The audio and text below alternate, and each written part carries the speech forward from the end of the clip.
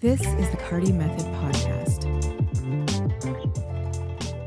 Hey, it's Carty. Welcome to the Carty Method Podcast. Every Thursday and Tuesday. Tuesday, Thursday? How should we say that? Tuesday, Thursday. Tuesday comes before Thursday. Tuesday and Thursday shows our portfolio lab. I look at your photographs that you're considering for your portfolio. I do that on Tuesdays, today. Thursdays, I give you an assignment, a high-level, professional-level assignment, the kind of assignment that you would get if you were in the industry, to help you get to that level and get used to actually doing these assignments. So Thursday, this week, I've given you an assignment for Thursday, just to remind you, this week is week 21.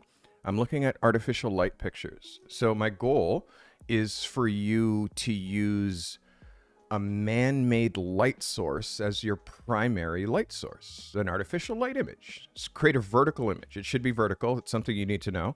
Vertical man-made light source. So if you shoot people, capture a subject lit by artificial light. It can be dramatic light. It can be beauty light. It could be flash. Studio strobe. It can be flash, LED, neon, tungsten.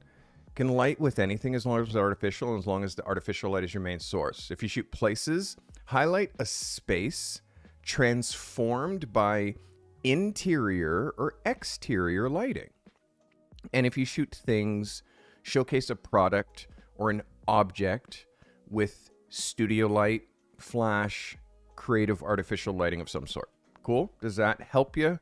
Are you locked in? Do you know what you need to do? This is why it matters. Artificial light and mastering artificial light expands your creative control, and it also expands your marketability. And that proves that you can deliver professional results in any environment. Too many photographers, they don't know how to light at all, so they just avoid it. And avoidance, it's one way to do it. Just avoid, Kyle's asking, can it be continuous? I just said, Kyle, any man-made light source, it can be lit by artificial light, for example, flash, LED, neon, light bulbs.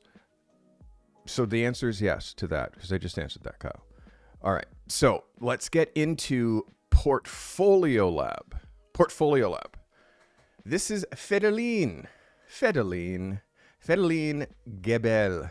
Fedeline says, this is my first submission. This image was shot on to work for the lifestyle aspect of my portfolio, taken during my trip to Norway in very harsh conditions. It was minus 25 Celsius, which is minus 13 Fahrenheit.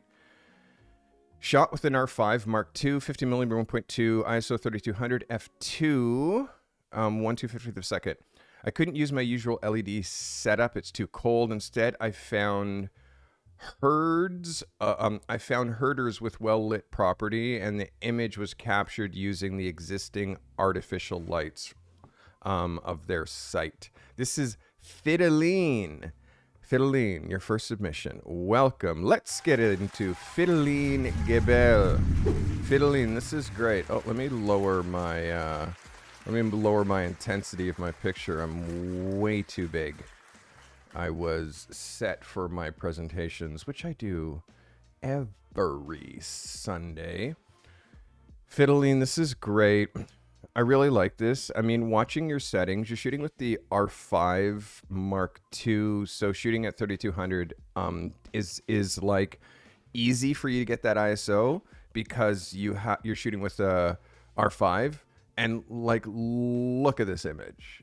This is really, really strong, Fedeline. This brings me joy. This is good. A really, really strong editorial image. You're cropping this image, though. I want to see the whole picture. This is one of my rules. You're giving me this pre-cropped to maybe 8x10. And if I look at this proportion, I can see that you've pre-cropped this to, let's just go here. You've pre-cropped this to this 8x10 proportion. I can see that. I'm always asking for the whole picture. I'm always asking for the whole picture because I need to see how you shot it. Don't pre-edit for me. Give me the full frame. Okay, that's one rule. It's going to be strong as a cover. This is a strong image, Fiddling. This is a yes. This can for sure go in your portfolio. I'm just wanting you, like in this particular image, F2 is a little shallow.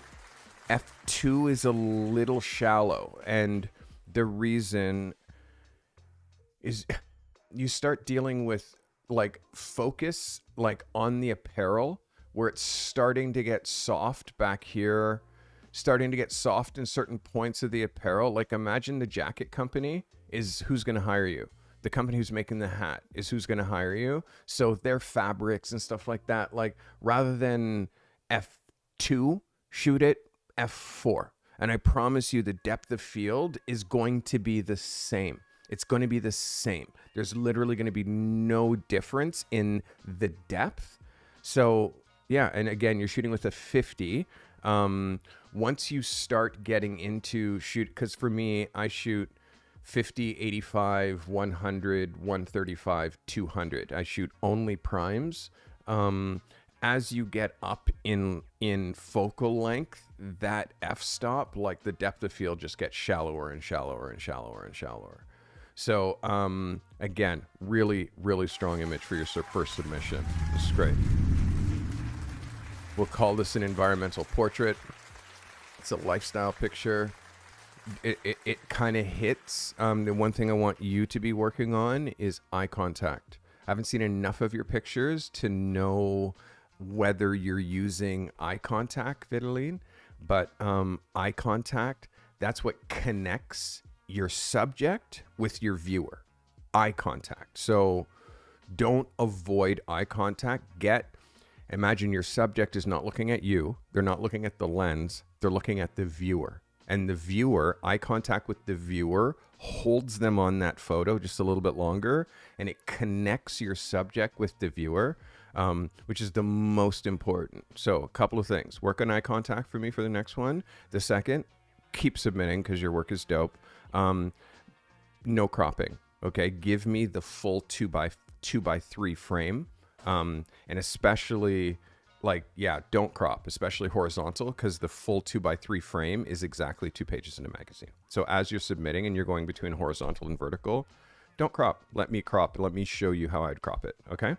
All right. That's Fiddling. Well done. And by the way, Fiddling, this is an 11 for me, which is better than a 10 out of 10. Well done. It's our first submitter. All right. This is, do I have somebody in my Notion? Who's in my Notion?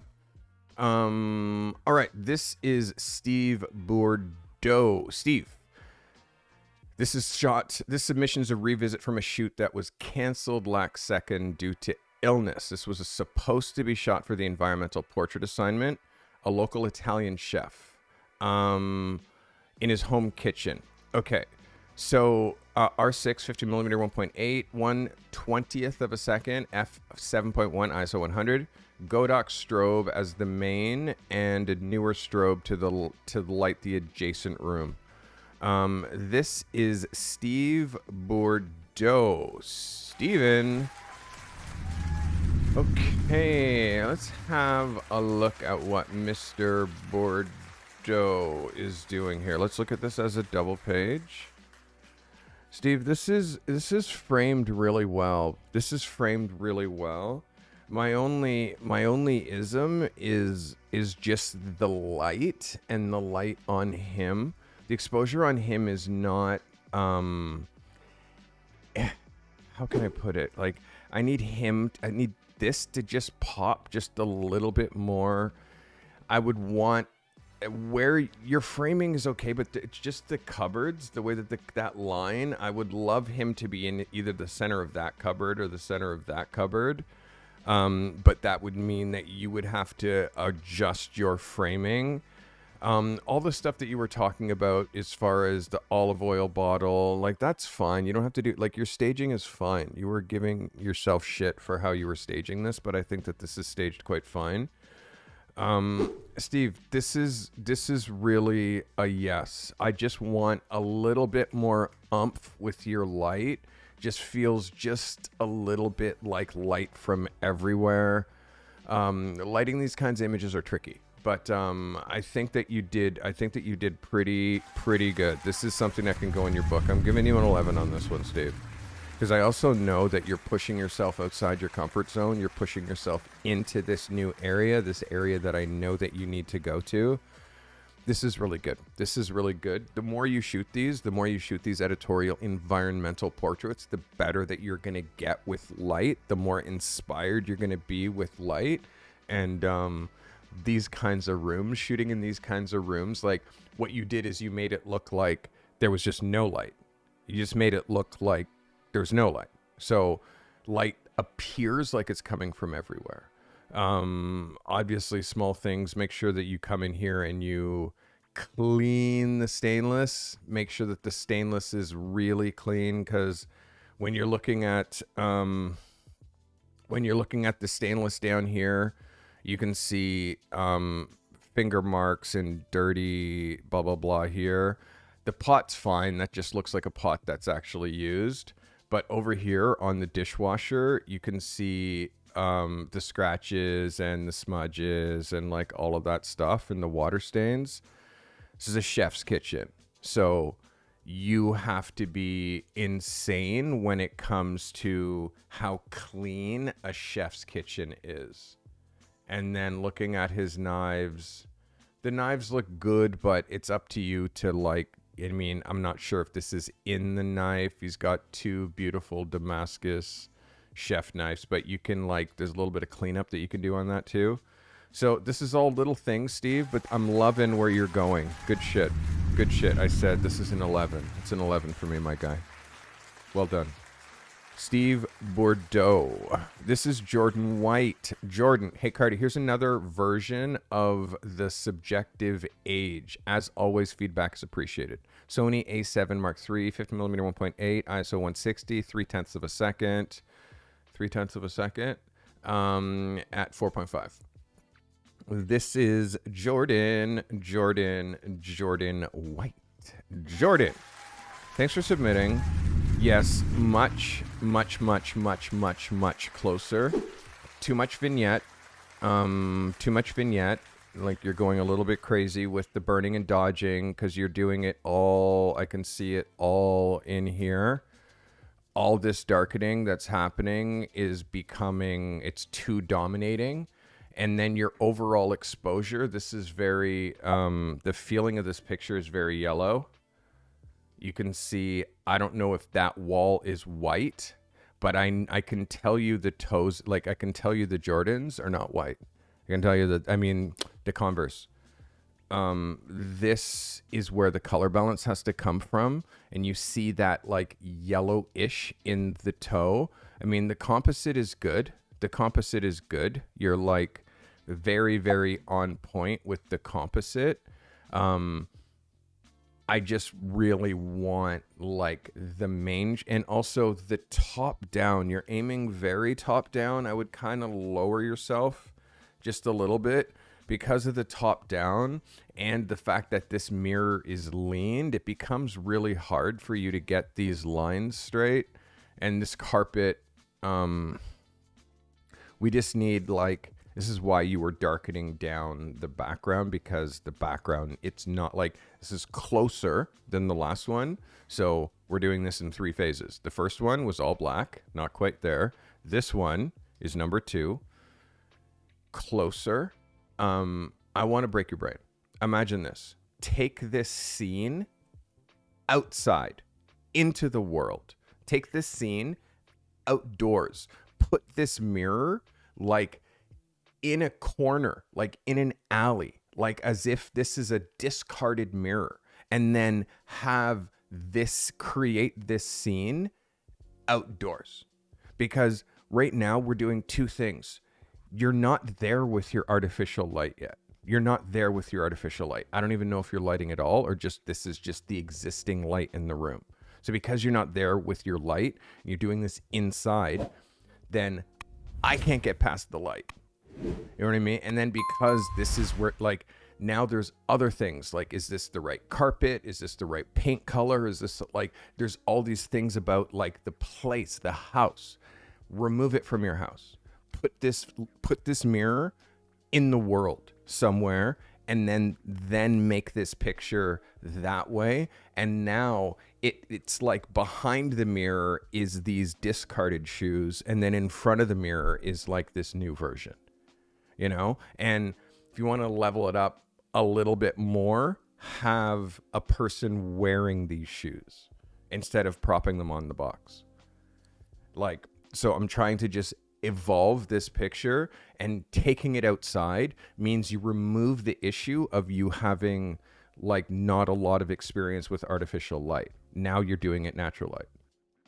So that's my advice for you, Jordan. Again, monumentally better than the last one. Monumentally better than the last one. Underexposed still.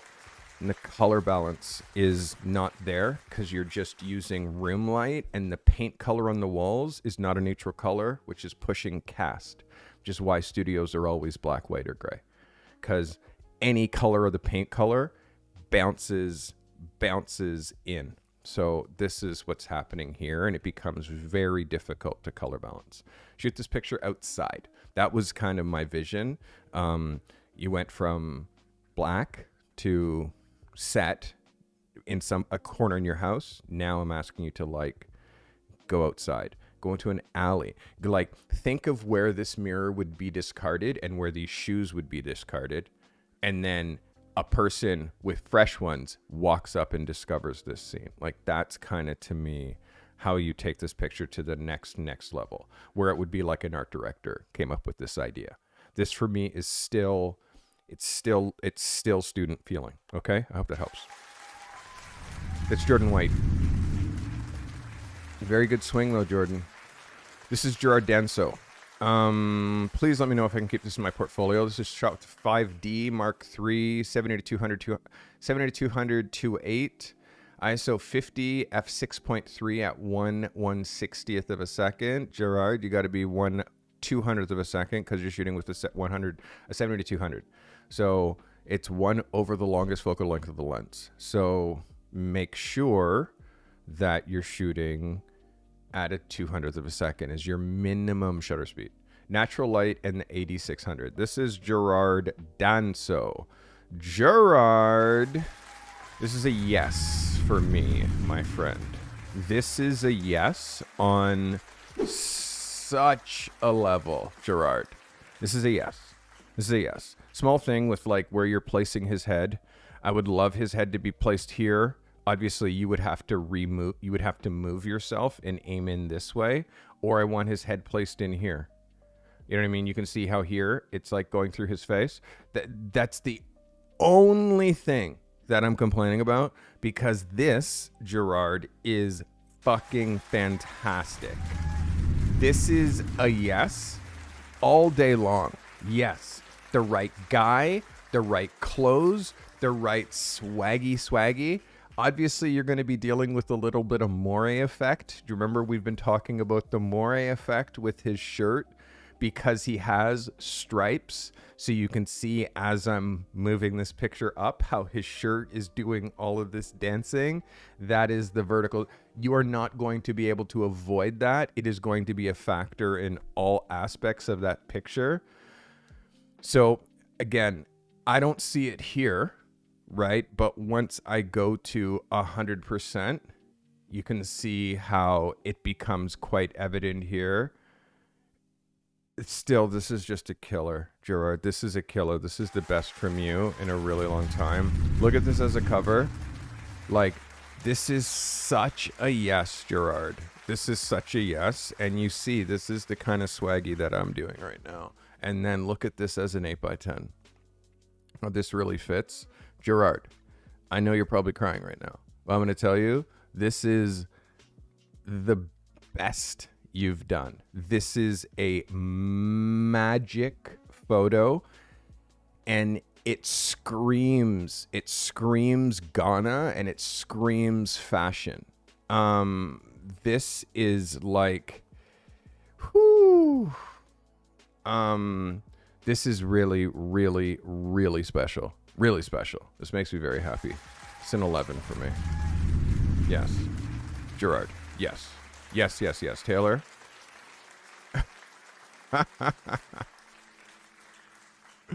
I see you, Gerard. Good for you, buddy. That makes me happy. All right. This is Gary Murray. This was for last Thursday's hero shot. I had to reschedule due to a cancellation.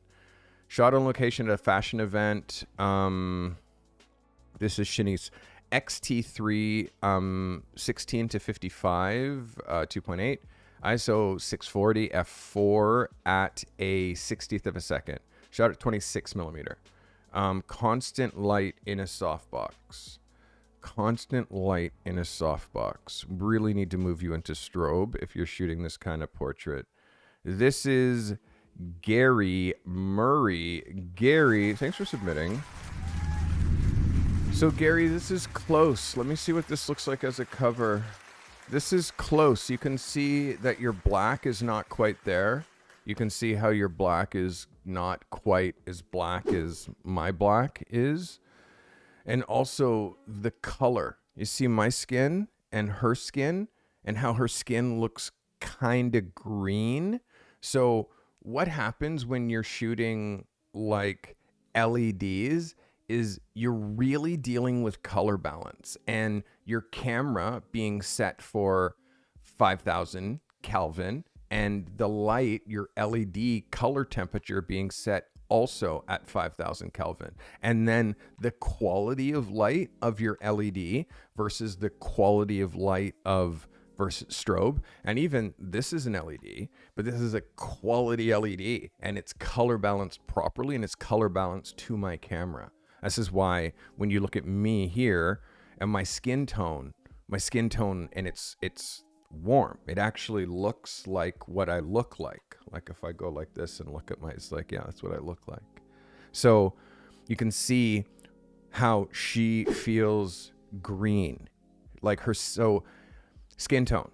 And then the hand up here, I'm not 100% on the pose. She's holding her mouth in a certain way. Again, it's up to us to direct our subjects. We can't ever just let them go. So there's a couple of aspects of this picture where I'm a little bit on the fence. And just, it needs some sort of a separation, some sort of a light coming from back here. And I can see there's ever so slightly something back here, but it's not bright enough. And then also, now that I've enlarged your picture and I look at it, like it's out of focus.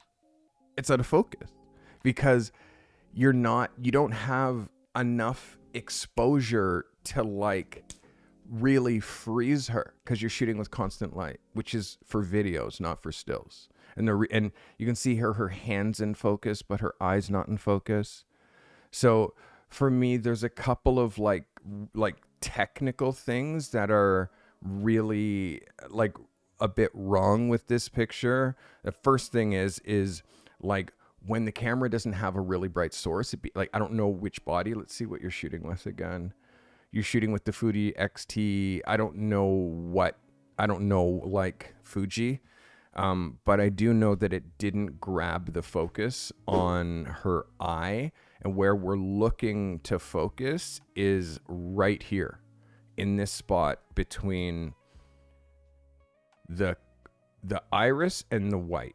That's where, and not the far one actually, but the close one. This is the close eye. So we're trying to focus right here. So this grabbed focus here. And you can see your camera grabbed focus there. The color balance isn't quite there.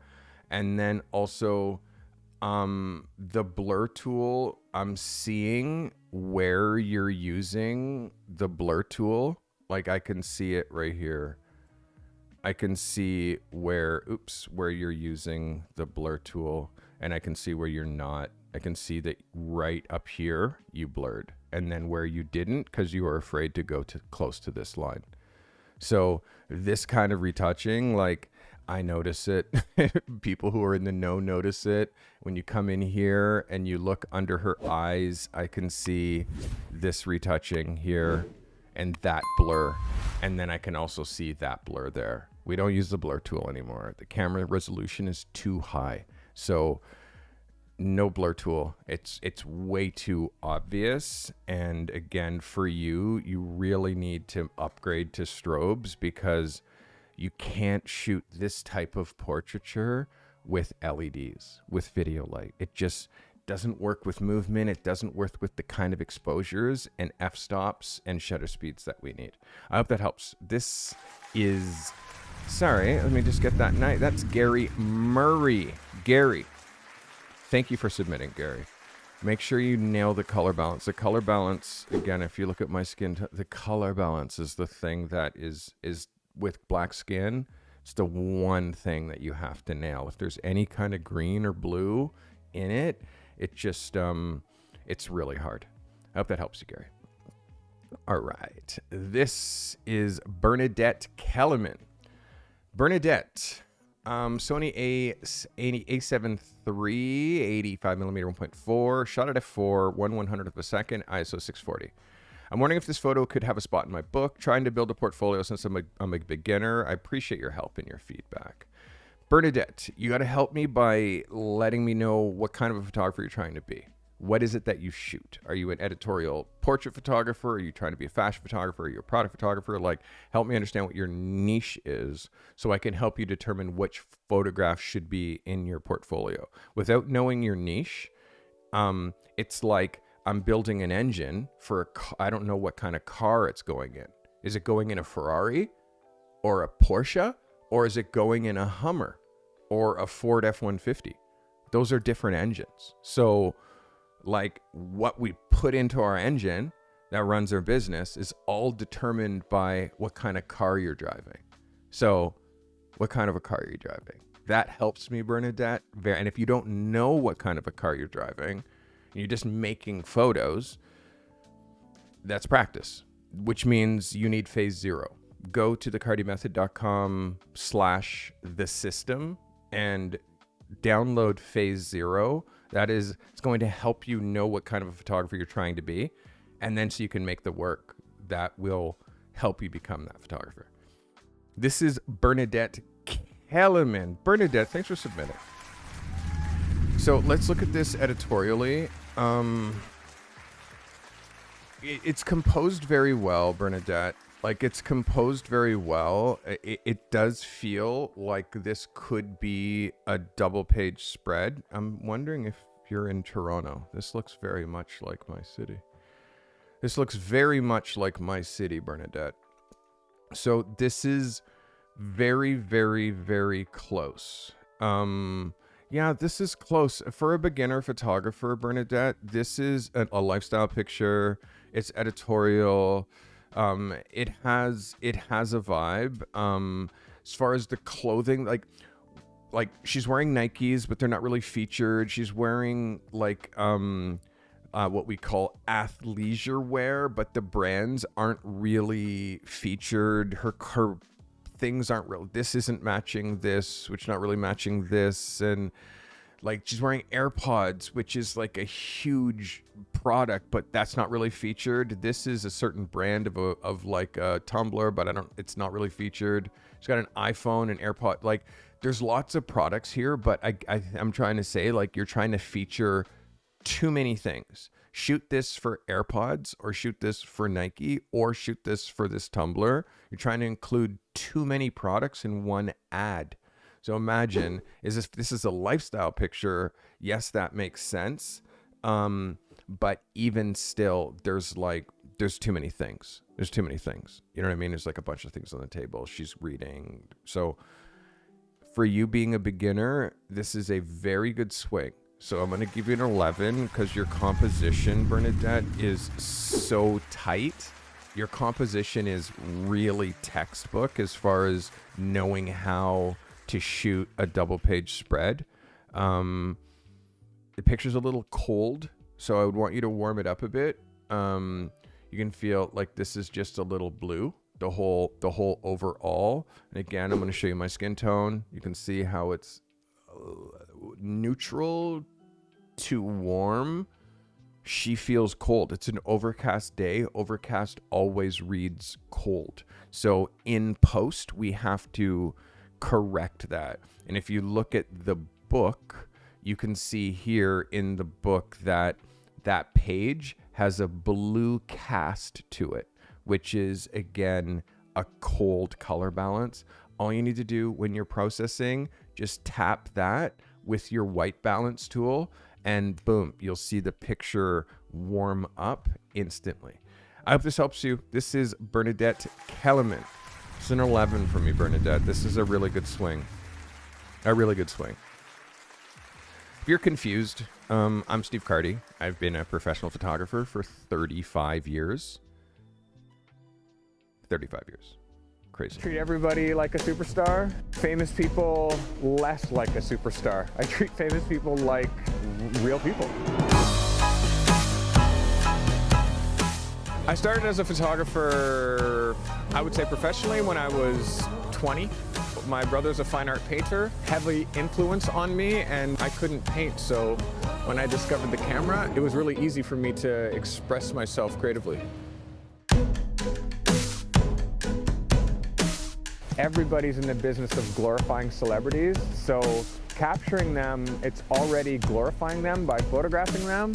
So if I can get them a little bit more understated, I feel like it brings up the real. In 1997, I shot Tom York from Radiohead, most important picture of my career. In 2001, I shot Pharrell Williams for Peace magazine. Again, very important picture. Colin Firth, a week before he won his Oscar, career moving pictures where that picture propels a whole new wave of clients, a whole new wave of people looking at my work. I think pivotal career-changing pictures are more important than favorite pictures, because they're all my favorite.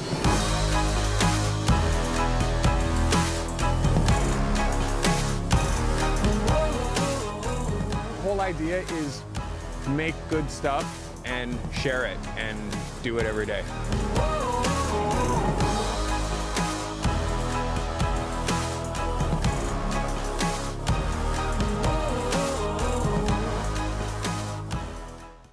All right, coming up next is Kyle Kiono. Kyle said, this family showed up late to golden hour.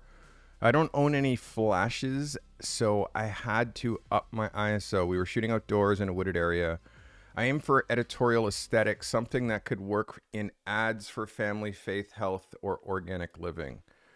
A7 for 50 millimeter 1.4, ISO 4000, 5.6 at 1/250th of a second. So in this situation, especially because you're shooting with a 50, you're shooting natural light, you don't need, here, I'll show you. I haven't even looked at your picture yet. But I'm going to show you. I'm going to take your reading, which is ISO 4000. Let's do this. Hello. Oh, no.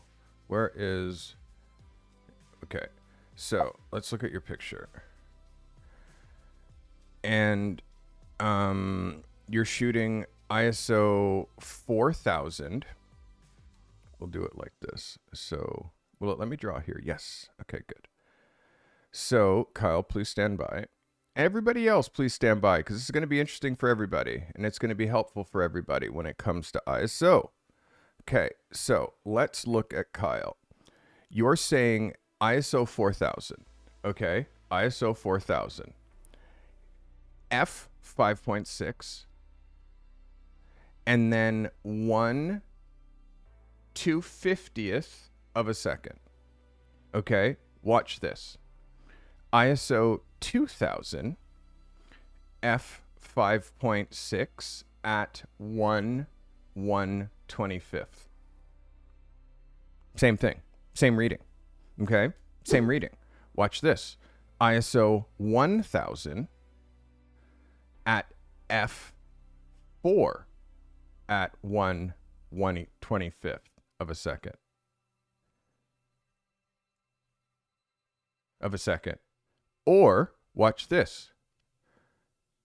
ISO 500 at f4 at 1/60th of a second.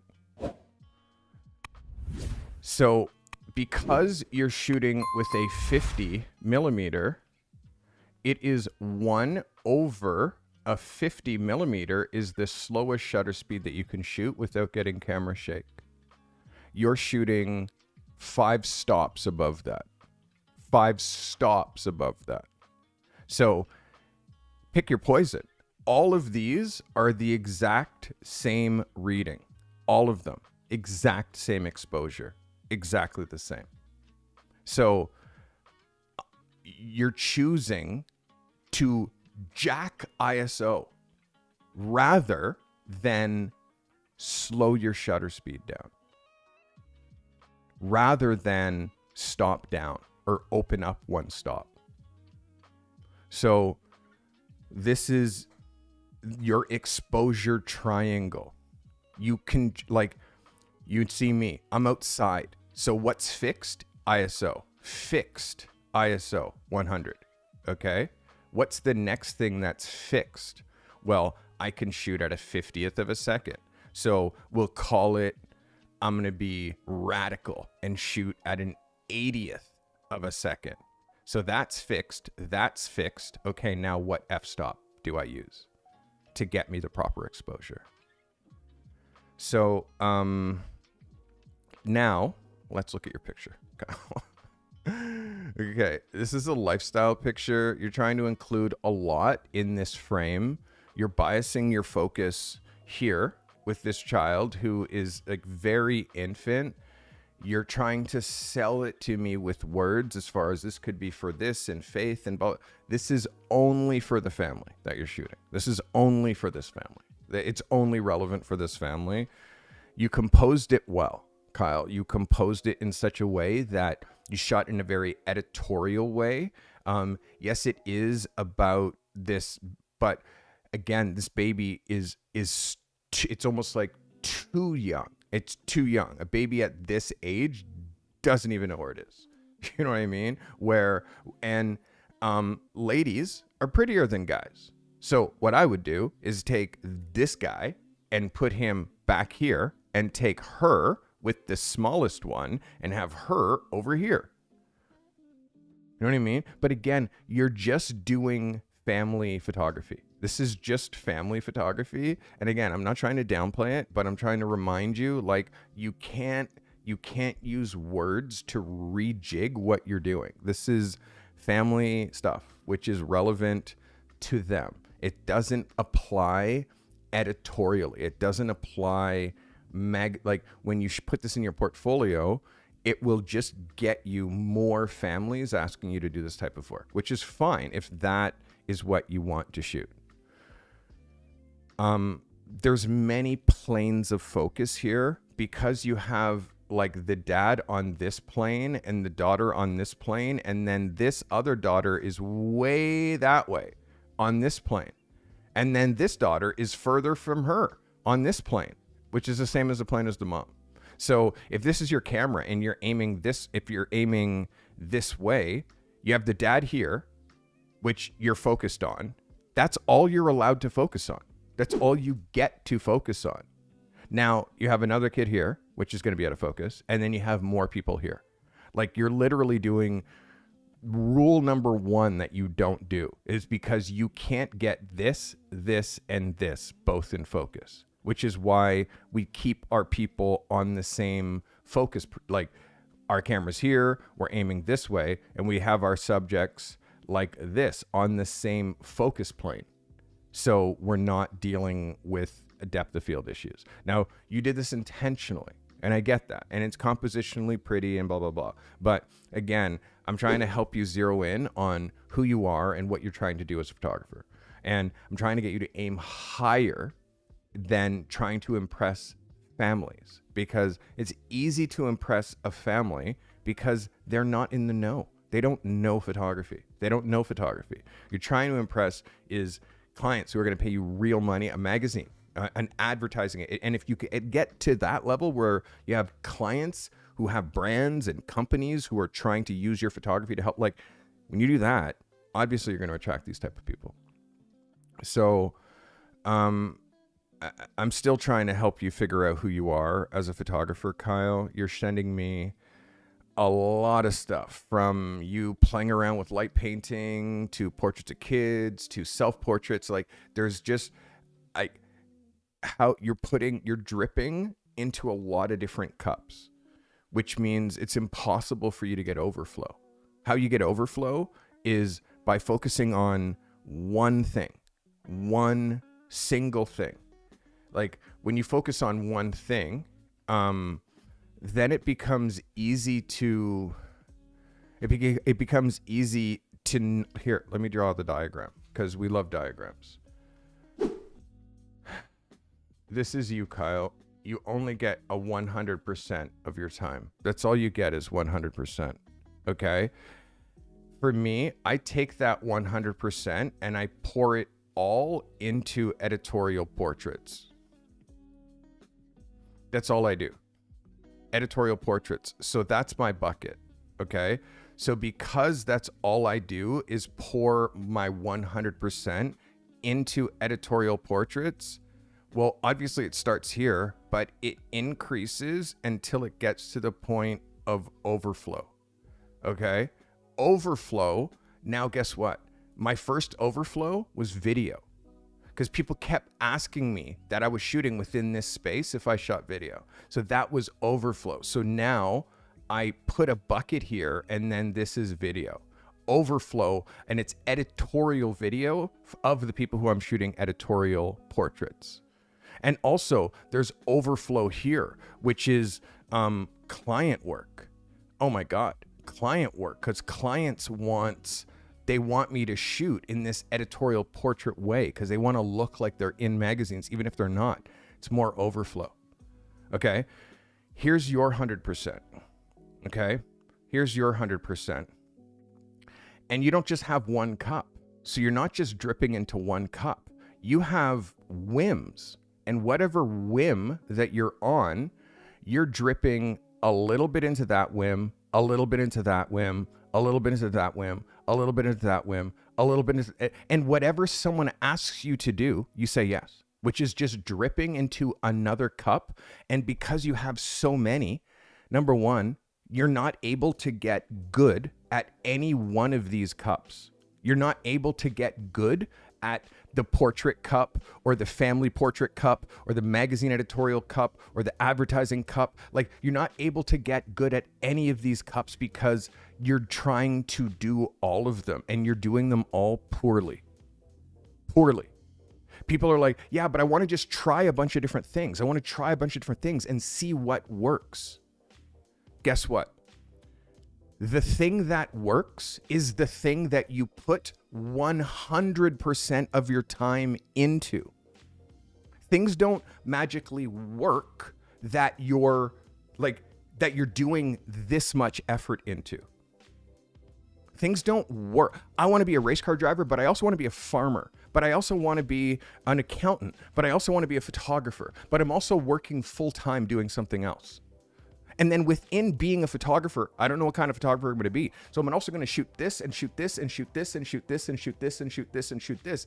And the one that takes off, that's the one that I'm going to put all my effort in. Guess what? None of them take off. None of them, because you're not putting 100% of your effort into one thing. Therefore, you're half-ass as a product photographer, you're half-ass as a portrait photographer, you're half-ass as an architectural photographer, because you're not 100% in. It's like Michael Jordan saying, I'm also going to be a professional baseball player. How did that work out for Jordan? When before he was 100% all in basketball. And how did that work for him then? 100% all in, 100% all in. And guess what else? One sport. And guess what else? Coach. An insane coach that's watching everything that you do. And every time that you're like, they're like, what are you doing? Come back over here. This is what we do. And every time that you're like, it's like, what are you doing? Come back to here. This is what you do. At home right now, type in Google editorial portrait photographer. Editorial portrait Toronto. Editorial portrait Toronto. Simple. Put that in Google. Editorial portraits in Toronto. You'll find Steve Carty. Me first on Google. First out of 92 million people. You're going to see Steve Carty. And it doesn't matter what city that you're in. Type editorial portraits Toronto, because I own that market. That is me. That's all I do. And that's what I've been doing for 35 years. So I'm the guy, the go-to person for one thing, because all I've been doing is pouring water into one cup, into one thing the whole time. Kyle. And everybody who feels like you're diluting your talent by just dripping your talent through a whole bunch of different shit. Just because you have you understand camera operation, you understand exposure and focus, and you can point your camera and push this, and you get an image, and the people who don't know photography are like, oh my God, you're amazing. Like, sure, that feels good. Show your work to an art director. Show your work to a magazine. Show your work to an advertising agency. They're going to be like, what the fuck is this? What is this? I thought you were a photographer. What do you do?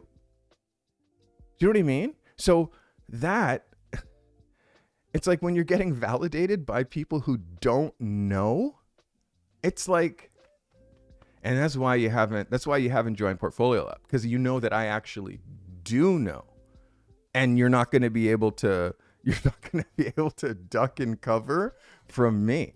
And by the way, I am just another photographer. I'm just like you. I'm not above you. I'm just someone who has more experience than you. So I'm just further along in my journey. And this is a public service. So I'm just doing this to help you, because there's nobody on YouTube that's doing what I'm doing. Nobody. There's not a lot of people who has 3.5 decades of photography career that actually feel like being on YouTube. So be wary of who you're listening to on YouTube, by the way. You should watch one person. Seriously, get all your information from one source. Hey, Malik, thank you for your $2, brother. I appreciate you. Malik Brand, dropping the dono. Let's go. Thanks, Malik. Appreciate you. All right, Kyle. I hope that helps you. This is Ian Martin. Now, Ian says, hey, Carty, this is something different. An editorial style photo to accompany a larger project focusing on car owners and their stories. Now, Kyle, I want you to look at Ian Martin. And when you want to talk about dripping into a cup, Ian drips into one cup. And I'm going to show you how Ian drips into one cup. Z8, 50mm 1.4, ISO 100, 1/60th of a second, 5.6, shot with a single strobe. This is Ian Martin. Ian, thanks for submitting. Ian, seeing you shoot people with cars is new. And it's like, for you, we're now having to add light and framing and juxtaposition. Let me show, before I dive into this review, let me show you Ian Martin. So this is Ian Martin. And Ian, when you're shooting people with cars, you're like, you do get it. But again, I'm going to show you back your work. This is Ian Martin. This is his photograph that you are a specialist of shooting cars alone. But when you do add a person, and again, you don't have a lot of examples of when there's people within the photo, and not in an editorial fashion. You do when I look at, oh yes, you've pulled that other category as per my recommendation. So when this is the only type of people with cars that you have, and this, and this. So for me, like, this is your strongest. This is your strongest image with like car with person. For me, he looks just a little uncomfortable. He's sitting, which doesn't hit as hard as it should. We're not seeing the most important parts of this 944. This is a very this is the risky business Porsche. This is a very important Porsche. We're not seeing any of the important stuff on this Porsche. And just the framing is wrong. Like it's just, he looks uncomfortable. It doesn't hit like the James Bond level shit that you do, Ian. It just doesn't. This is next level, and this can't go in the same portfolio as this. The sky, beautiful, the location, yes, but how you hit this, he needs to be sitting on the hood of this car. It needs to be way more iconic. He needs to be way more badass. The chair that he's sitting in looks like a wheelchair, and it looks like this guy's handicapped, and I know he's not. So it's just because the way you have his arms, and again, imagine I'm just an observer. I'm just looking at this picture. I'm like, oh, this poor kid, you wheeled him up in his wheelchair in front of this Porsche because you wanted to take a nice picture of him in front of this nice car. And that's not what you're trying to do, but all the language and all the composition of this make it feel exactly like that, especially because, Ian, this is your portfolio. Especially because this is your book, and I can talk to you because I know your book. I know your book, and I know how crazy you are as a photographer. Your shit is nuts. For me, because of that, I can tell you this picture is not at your level, and it's not good enough to be in the collection that you've been putting together here. So, guys, this is Ian Martin. For me, Ian, again, cover, yes, like it's close, but it is not quite there yet for me. It's not quite there. I'd be interested in seeing some other edits from that session. Be very interested in seeing other edits. Would help me. That one not quite. And again, I have to be hard on Ian.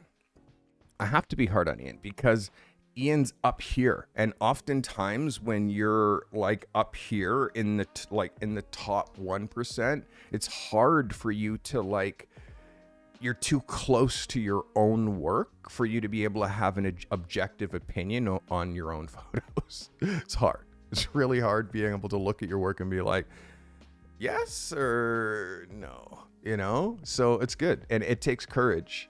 Thank you so much. It takes courage to put yourself out there. It takes courage to be like, hey, I'm a working photographer. I make money, but I'm going to trust this other working photographer who has even a little bit more experience than me to look at my work so I can be even more effective.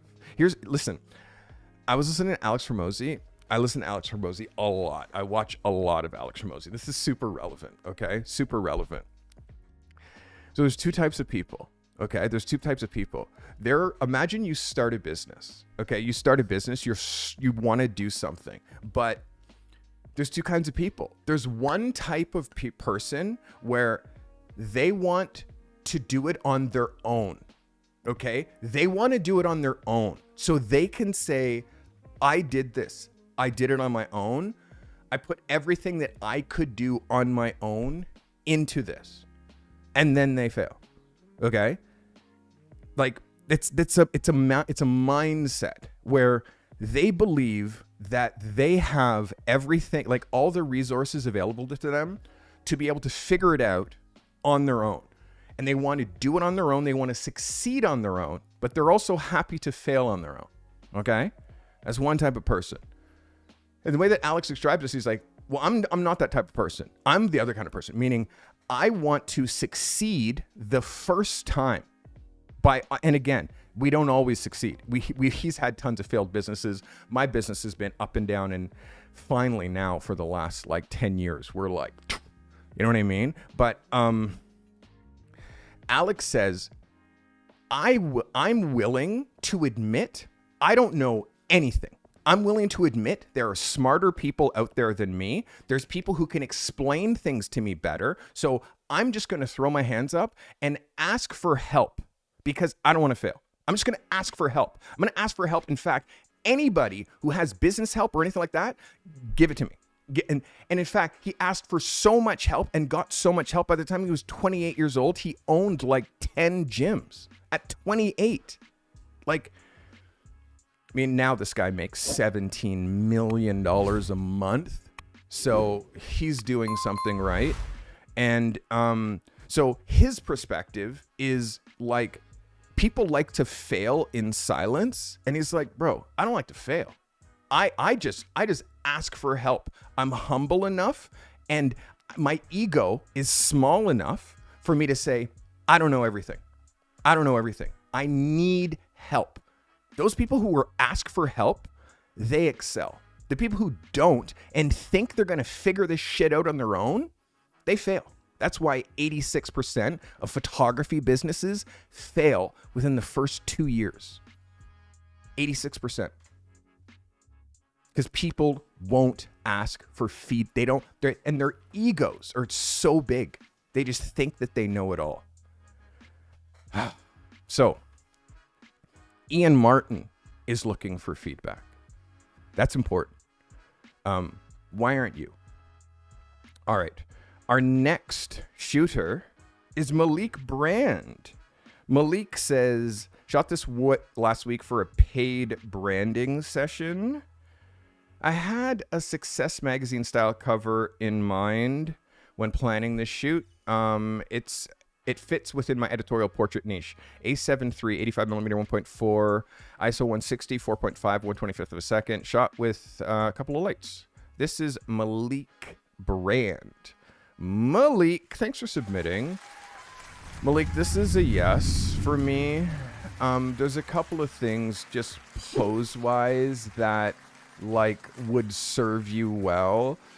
With this particular body and her particular body style, having her arm on the side aiming at camera is not flattering. We do this. We move the elbow in, or we do this. We lean on one side. You also have like her legs are crossed.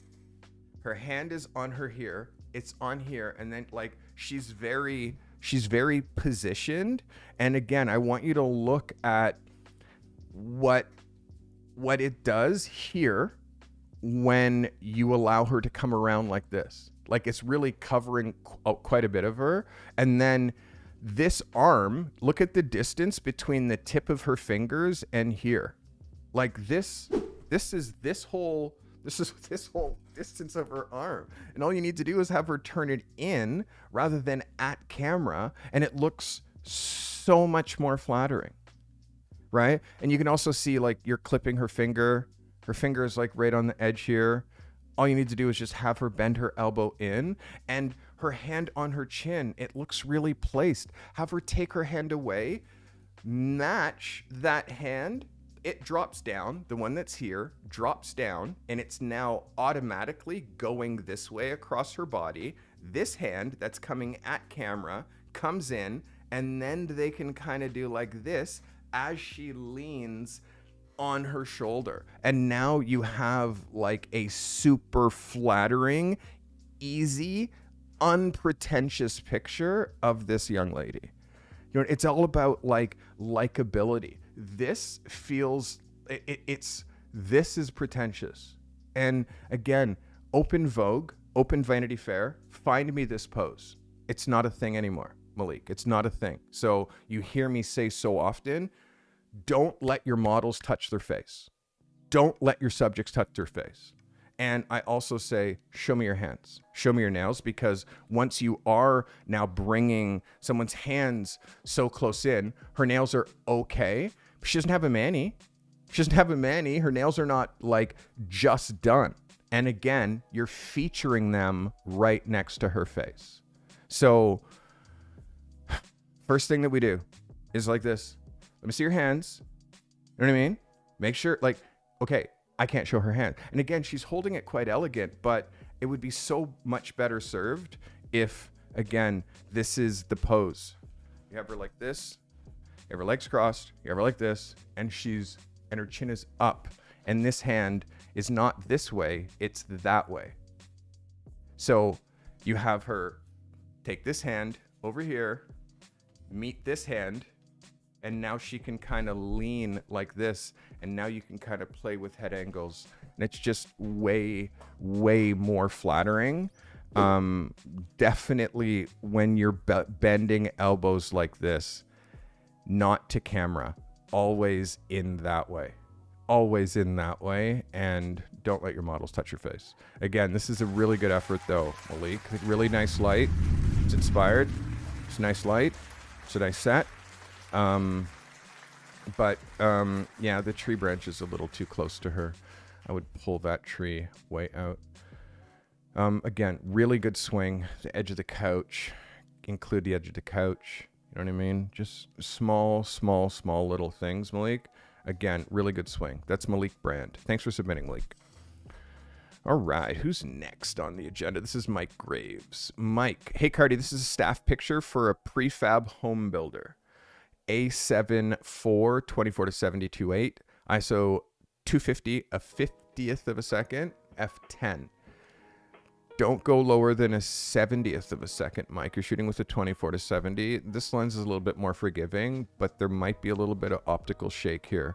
Natural light and on-camera flash. Mike, we got to get you off of this on-camera speed light business. Let's see what it looks like. This is Mike Graves. Mike, this is a center-focused horizontal, which means this is a center-focused horizontal, which for those of you who watch at home, I talk about this quite a lot and how to not do center-focused horizontals. With this picture, with you standing in the exact same spot, he could be right here and doing the exact same thing, or he could be right here doing the exact same thing. So this is a vertical picture, Mike. This is a vertical picture because you framed it this way. And you can see if this was the frame, you could see if this was the frame, that you wouldn't be losing actually anything within the photo. You still know exactly he's inside a house that's being framed. You know what I mean? We don't need to see the ladder. Like, this is equally as powerful a picture, right? Just like that, which means hold the camera vertical. Or buy a grip. You need a grip. The reason that photographers do center focus horizontal composition is because we're lazy. And it's more comfortable to hold your camera that way than it is for you to hold your camera vertical when you don't have a grip. So, Mike, this is, even if you're shooting this for web, visually it is still like very basic to drop your subject dead center. I need you to be offsetting left or right, and I need you to be knowing when to shoot horizontal and vertical. You have to you gotta lock that in.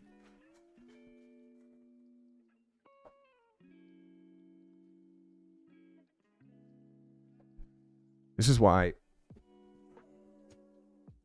we have grips on our camera, okay? This is why. Because when I'm shooting vertical, shooting horizontal, it's this, right? But then the buttons that I need are here. The buttons, right? The buttons are back here. All the buttons that I need. But when I'm shooting vertical, I just go like this. And I still hold my camera the same way. And all the buttons for my vertical are right here. The wheel, my shutter button, the shutter wheel here, shutter buttons here. So the camera just goes like this, and it goes like this, and it goes like this. And look at my wrist. This is why people don't shoot vertical, because this is uncomfortable. This is uncomfortable. This is uncomfortable. So photographers are lazy. They just shoot everything like this. So Mike, get a grip. Get a grip. Seriously, get a grip. Or bias your subjects left or right and know that magazines are vertical. Magazines are vertical. Humans are vertical. Humans are vertical. Heads are vertical. Most importantly, magazines are vertical. It's important for you to lock in like when to shoot horizontal and when to shoot vertical. This is a vertical picture that you held your camera horizontal. You can't just drop the subject in the center. I hope this helps you. This is Mike Graves. Mike, thank you for submitting. And again, the light's okay, but the on-camera flash, like studio light, reflector, there's so many other ways to get this same feeling. Like it's almost like you don't even see it, you know? And again, it's lo-fi, bro. I'm trying to make you like the top 1%. The top 1%, we're not shooting with speed lights in these kinds of situations. You can use just a reflector or natural light completely here. It's completely fine. All right, that is Mike Graves. We're going to ramp it up here. This is Natalie Bennett. R6 Mark II, 50mm 1.2, shot at 2.2, ISO 1000, ISO shutter speed 1000, ISO 100. This is Natalie Bennett. Natalie, thanks for submitting. So Natalie, just exposure here. You can see my skin tone, and I know this is a brown dude, but I want you to look at how white his skin is here. Like this is overexposed. Okay. And it's also color balanced. It's a little blue. Again, look at my skin tone. Look at him. Let's just zoom this in here. You see in here in the highlights, like how this is almost Caucasian in the highlights here. And I know if he's mixed or light skin, it's still overexposed. And when you look at his arms, you'll see what I mean. Also, the way that he's crossing his arms, they look very placed. Mandem don't cross our arms like that. It's more with our hands in. So him with his hand like this, it looks very placed, especially when I'm cropping it like that. So body language is something that I want you to be thinking about. These little curves here are a little distracting. Watch this. Just punch in just a touch and just move that up like that. And now those curves aren't there. And suddenly it's a little bit less distracting, as you see how that kind of makes us feel like we're looking at a rounded picture. So body language, exposure, just again, this can come down overall. The whole picture can come down 33%. Just in your raw file, Natalie, do that. Bring the whole file down 33%, and you'll see how this skin tone starts to come in. This shirt starts to not feel washed out, and his skin here starts to read properly. This is close, Natalie. Again, you can see it's close with composition. It's close with 8x10 composition. That part you got, but exposure, we really need to nail that. That's a really important part of the equation. Nice effort though, Natalie. Thanks for submitting. This is Natalie Bennett. Thank you for hanging out and being here. If you guys are asking how I'm able to see the matrix like this, I've been just doing this for a long time. Not photo reviews, but being a pro photographer. Being a pro photographer is what I've been for much time. If you guys want to join Portfolio Lab, if you're interested in being a part of this whole thing that I'm doing here, Portfolio Lab is a revolution. There really is nothing like this on YouTube. I don't know anybody who is putting in as much effort as I am to try to help the next generation here. Portfolio Lab. Go to thecartymethod.com/portfolio lab and just join. This is how you develop your portfolio in a structured way. And just to give you a little bit, I mean, the testimonials of the shooters who I have in here is pretty amazing in the videos. But just to show you some of the photographers that are in Portfolio Lab, We have Nick Johnson is in Portfolio Lab, in my accelerator, in Pro Lab. Gran Wrath is another Portfolio Lab, Pro Lab member. Joseph Baldwin. Again, these are people who are developing work with me. I'm helping them develop their portfolio. I'm helping them develop their work. Daniel Van Cleef. There's another guy who is in Pro Lab, in Portfolio Lab, somebody who I'm helping develop his work. Like, there's so many. And again, you can just see the level of the shooters who I'm attracting. It's helpful. Join Portfolio Lab. Super easy. Go to thecardymethod.com/Portfolio Lab. Sign up. All right. Let's get into our next shooter. Next shooter is Frank Tom. Frank says, I'm playing catch up on some previous assignments. This is a submission I thought about for the motion within a still. R5, 7200, ISO 100, 1/25 of a second. Frank, watch your shutter. 1 over the longest focal length. You're at 125. It's a little slow at f22. Shot natural light. This is Frank Tom. You're trying to show motion within a still. Let's look at what Frank Tom's got for us. Frank. Wind surfer. I mean, this, for your niche, for what you're shooting, it definitely fits. It's compositionally sound, Frank. Does it show motion within a still frame? Well, yes, because you are freezing motion.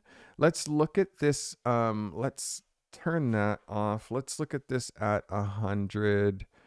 You got good file quality, just a little bit about the body language. But again, he's battling wind. Like, this is a yes for me, Frank. This is a yes. This can work. I'd be interested in seeing some other edits. I'd be interested in you like messing with like pushing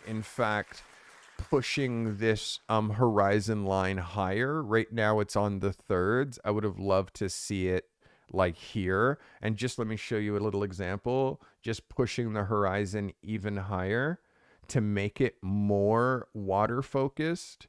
Again, it hits any way that you decide. Oops, you're not allowed to look at that. Any way that you decide to show it, this hits for me. So yes, Frank, this is a yes. It's Frank Tom, everybody. For Frank Tom. Well done, Frank. Just let me look a little bit at some of Frank Tom's photography, because we're just going to pull up franktom.com. And it is franktom.com. So when we look at franktom.com, and I look at the rest, and again, this is just showing you other examples of people who are in Pro Lab, Portfolio Lab. Frank, like, your work is really starting to hit. It's really starting to hit for me. I want you to be thinking of the type of images that this would be filling in with or for. And if it actually is better. Like, that's always the question. Like, is this image that I'm going to swap in, is this better than that image? Is it better than, I mean, this is so killer, Frank. Is it better than some of these other images? You're on your way, my guy. Yeah, I'm really proud of what you're doing here. This is a really good collection now. Like, so you have to ask yourself, like, is it stronger than some of these other images? Yeah, it's close for me. Yes, it can go in there, but you can see, bro, like, you're right. You're competing with yourself, right? You're competing with yourself in these pictures. So, all right. Hello, where's my beats? Okay, she just wants to die. All right, we're going to restart Safari, and then we're going to look at some more photography for some more photographers. All right, let's get into it. This next shooter is Juan Herrera.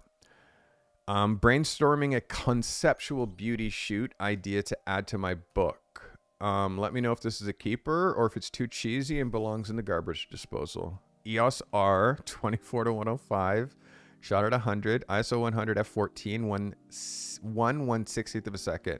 Shot one light, one strobe, with a single reflector. This is Juan Herrera. One, not cheesy, does not look like it belongs in a garbage disposal. This is an idea worth pushing. It's an idea worth pushing. Again, I would love her to push out a little bit more. So I have like her chin, because she's got such a strong jawline. I'd love to see that jawline come out a little bit more. I'm losing that brow. Like, you got great makeup. I really want to see a little bit more of her face. And then also just this space that we have here, and we don't have that space over here, makes this feel offset. Looking at this as a cover, yes, works, but you can see I want the whole round to kind of happen, and then her to kind of push through a little bit. This is close. This is close. With these kinds of things, be really like religious as far as like what the rips look like. There's also like straight rips where you can do panels of rip where she's coming through like strips, so you're able to, like, it's not a circle. You can just really be creative with this one. This is a yes as far as an idea. As far as your makeup, this, you're starting to get into another level with the makeup artist that you're working with. Just look how good this is, bro. This is just good, like really good skin. Your post-production is super clean. Like, it's the right model. Just all I'm going to ask is I want to see more from this set, and I want to see you shoot this model again, and I want you to use this makeup artist again. This is just, yes. And again, I had a lot to say about this image. And again, this is an 11, but this isn't the edit. Like, you might even have to shoot this again. Like, we're getting close. You might have to shoot this again. And again, it's just because, one, like, where I'm trying to take you into the top 1%, bro, and you're on your way. I haven't seen a really, like, a swing like this from you in a while. I like when you take swings like this, bro. This is a yes. This is a yes. Let's go. Well done, bro. Juan Herrera. So Lamont DeSalle. This is a submission request to add to my portfolio. Model made this move and I caught him. Nikon Z6, 85mm 1.8, ISO 400, 7.1 at 1/125 of a second. This is Lamont DeSalle. Lamont, let's get it on. So, initial yes. Off the top, yes. I would, like, again, this guy, he's got a good body. I'm not sure on the pose. I would love to see more from this session. Like, this, again, he doesn't have to try so hard, bro. He doesn't have to try so hard. I'm noticing we're cutting his hand here. I really wish I saw his whole hand. This arm can be bent here. This arm can kind of be doing something. This hand here, it's just, I'm not sure if he's grabbing his glasses or if it just looks a little too posy for me. Looks a little too posy for me. I'm not saying that there's not, like, there's definitely something here, Lamont. I'm like, you're locked on to this pose, and I'm telling you, it's like, oftentimes, like, photographers, like, you've done the shoot, but the picture that you're choosing is like, this is the one. I gotta tell you, 9 out of 10 times photographers are going to pick the wrong shot. You're going to pick the wrong shot because you're not an editor. You're a shooter. You're not like, you shot it, but seeing it in post, I'm telling you, you're missing your edits because this isn't the final. The final is not this picture. It's something else that you shot that you're just like, you're scrolling by it. Like, no, that's the one. It's like, bro, no, that's not the one. The one that, it's one of those ones that you scrolled by. You know what I mean? This is why there's a role. It's called photo editor. It's like, because there's a magazine, and the magazine is like, okay, give me what you shot. And then you gave them what you shot, and then they're like, that's the cover, that's a double page spread, that's that. And then you're like, oh my God, I would have never picked those shots. But guess what? It's because you're not a fucking photo editor. You're the photographer. The photo editor is the one who pulls the best out of your work because you're too close to it, so you don't see it. And you have emotional attachment to it. You have emotional attachment because you said this. Oh my God, I remember this moment and I got it. I was so happy that I got it. He did this thing and I got it. It's like, so? He did 1,000 other things that you got as well. But you're emotionally attached to this one moment. And because you're emotionally attached to this one moment, you're blind to everything else that you shot. And in fact, when you shot this, you were probably like, got it, and stopped. When that, like, there's like, I would have looked and been like, okay, this head here, it feels a little stiff, you know, make this feel a little bit looser. Your hand's going out of frame, and I need your hand to be a little bit like this. Like, it's a starting point. Do you know what I mean? You're too busy. Pat, I got it. Like breaking your, like, I got it. No, dude, like, it's like, let other people validate you. Let other people validate you. Let someone else validate you. Let an art director, a photo editor, let them validate you. And guess what? They're going to pull and they're going to be like, that's our cover. And you're going to be like, really? Yeah, it's because you're not seeing the forest for the trees. You don't see, like, because you're too close to it, because it's yours. Simple. So for me, this is close. The light inspired. The styling, yes. Jewelry, all like, yes. The light, yes. Is this the edit? I don't think so. I don't think so. He's trying way too hard. I want to see an in-between moment with this guy, or something that's a little bit like he's not trying so hard. And again, I don't know how many frames you shot, but I showed you like how I shoot in a almost systematic way. Like it's like I shoot like 50 images for one idea. And when I got that, then I back up and then I shoot 50 again. And then I got that and then I change my idea and I shoot 50. So I would have so many different variations of this picture. But again, I don't know how you shoot. Lamont, this is very, very, very close. I'm going to give you an 11 for this. But again, do not emotionally latch on to your photos. Because you're doing that, because you're latching on to your own work, you're blind to your gems. You're blind. You're zeroing in on one thing, one photo, when there's other shit that you're missing because you're too close to it. Show me this gallery, I'll look through and I'll pick the shots that you should be working on. That's my 2 cents in a bag of chips for you, Lamont DeSalle. All right, this is Samuel Salling from last week's photo shoot. I know I will use a different technique for portfolio pictures next time, blending layers with lights off and on to get rid of the color casts of different lights. Sony a7 IV 16-35 2.8, ISO 100 f8 at an at 8/10 of a second, 8/10 of a second or 8 seconds. I'm not sure. I'll tell you in a second. This is Samuel Salling. Samuel, this is 8/10 of a second, I think. Samuel, this is good. This is good. And again, luxury interiors is what we're working on. Compositionally strong, Samuel. Like, there's no other way I would have really delivered this photo. Your lines are hella straight. Your exposure's really good. The room styling is good. I have nothing to say, Samuel. This is like, and again, you didn't even tell me all the hard work that you did to go into making this absolutely perfect picture. This is a yes, Samuel. Yes, this is what it takes. Yes, Samuel, this can go in your portfolio. This is an absolute, Yes or yes? absolute banger. Yes. Yes. Like, perfect. Samuel is a architectural photographer. And again, it took him a while to find his niche. And he that's his world, like architecture and real estate, like that's his world.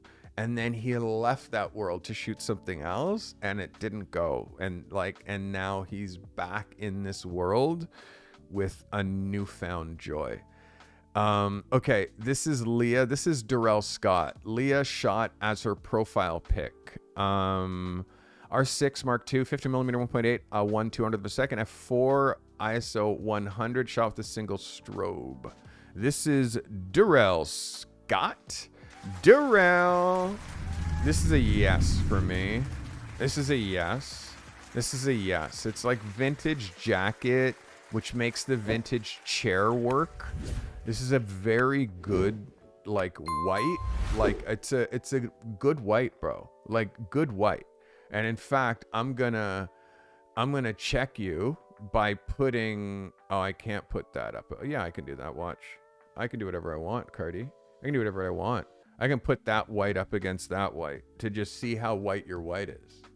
And your white's pretty white, bro. Like, so Darrell, good on you, bro. I'm proud of you. This is a yes. Look at this as a cover. This is textbook, Darrell. And again, bro, I get so frustrated with you. And again, I do a lot of Zoom calls with you, bro. I do a lot of coaching calls with this guy. Darrell, I know you're watching live.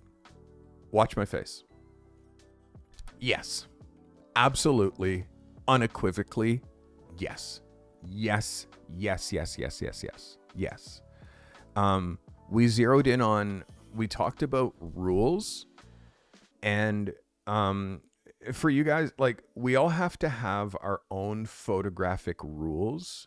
And during my coaching call with Darrell yesterday, that's what we were talking about. And like his rules, he doesn't have any rules. But he does, but he forgets them. So I'm trying to like zero him in on his rules. And there's rules for how we shoot. And I'm not talking about like, I'm saying you have to create your own rules. Like, I do this. When I'm in the studio, I do this. When I'm on location, I do this.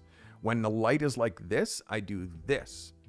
When I'm shooting a product, I shoot it this way. Like, you have to establish your isms. Like, rules is a better way to say it than your isms. I have so many isms, and they are buttoned up. Like, they're so tight. Someone would be like, hey, Carty, do it like, and I'm like, dude, I don't shoot like that. That's not how I shoot.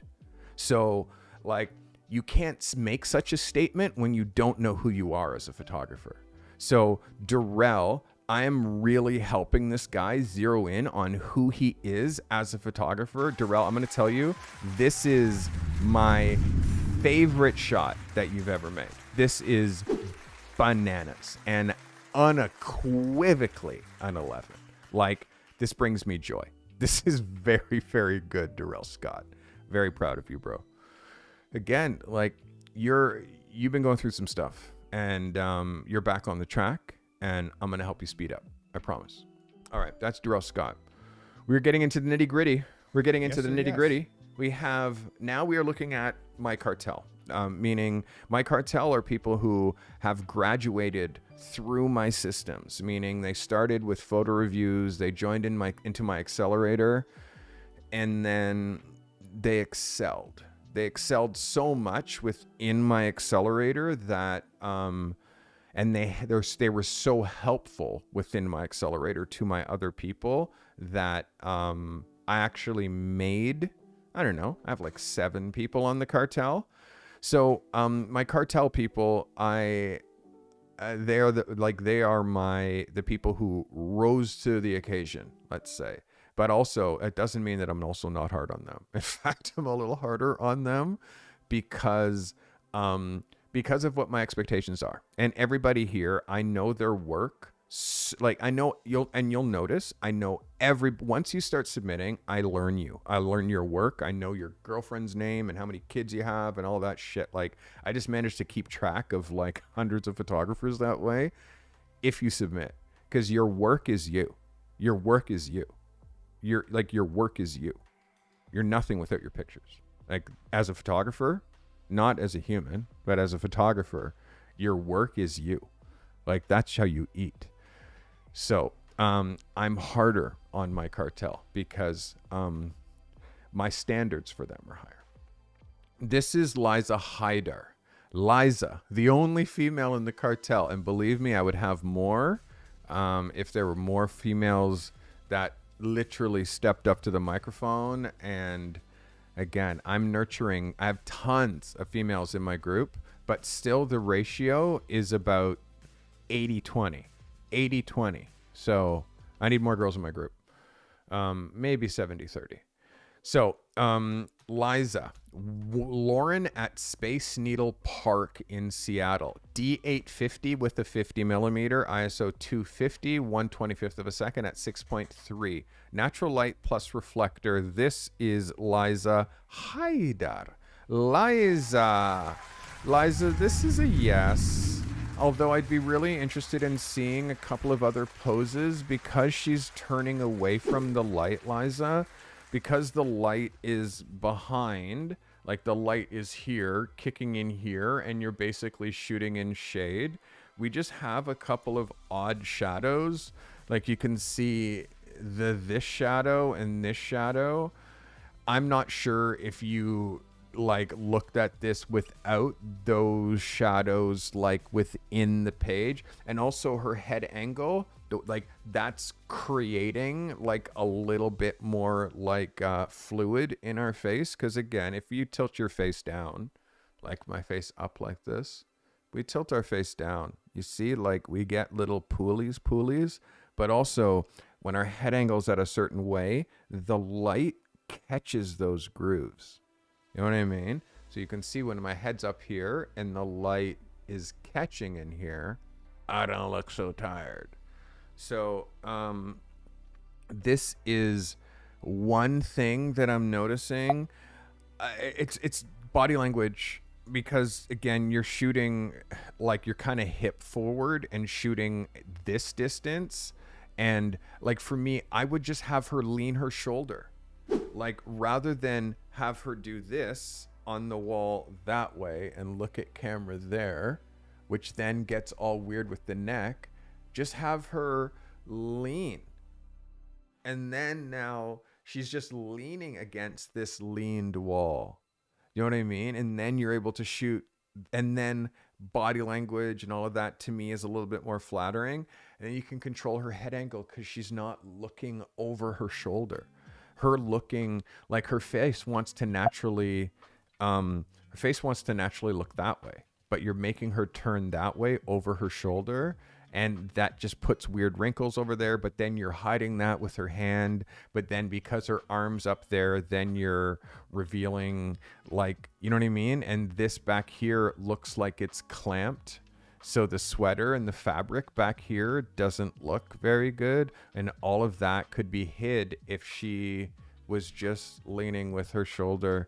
So for me, I'm putting my money on another pose. You can see composition wise, yes, you composed it as if it works for a cover, but I feel like there's another edit here that would be more flattering for her. And again, I've seen, like, let's just dial up Liza Haidar, because Liza is another Portfolio Lab member.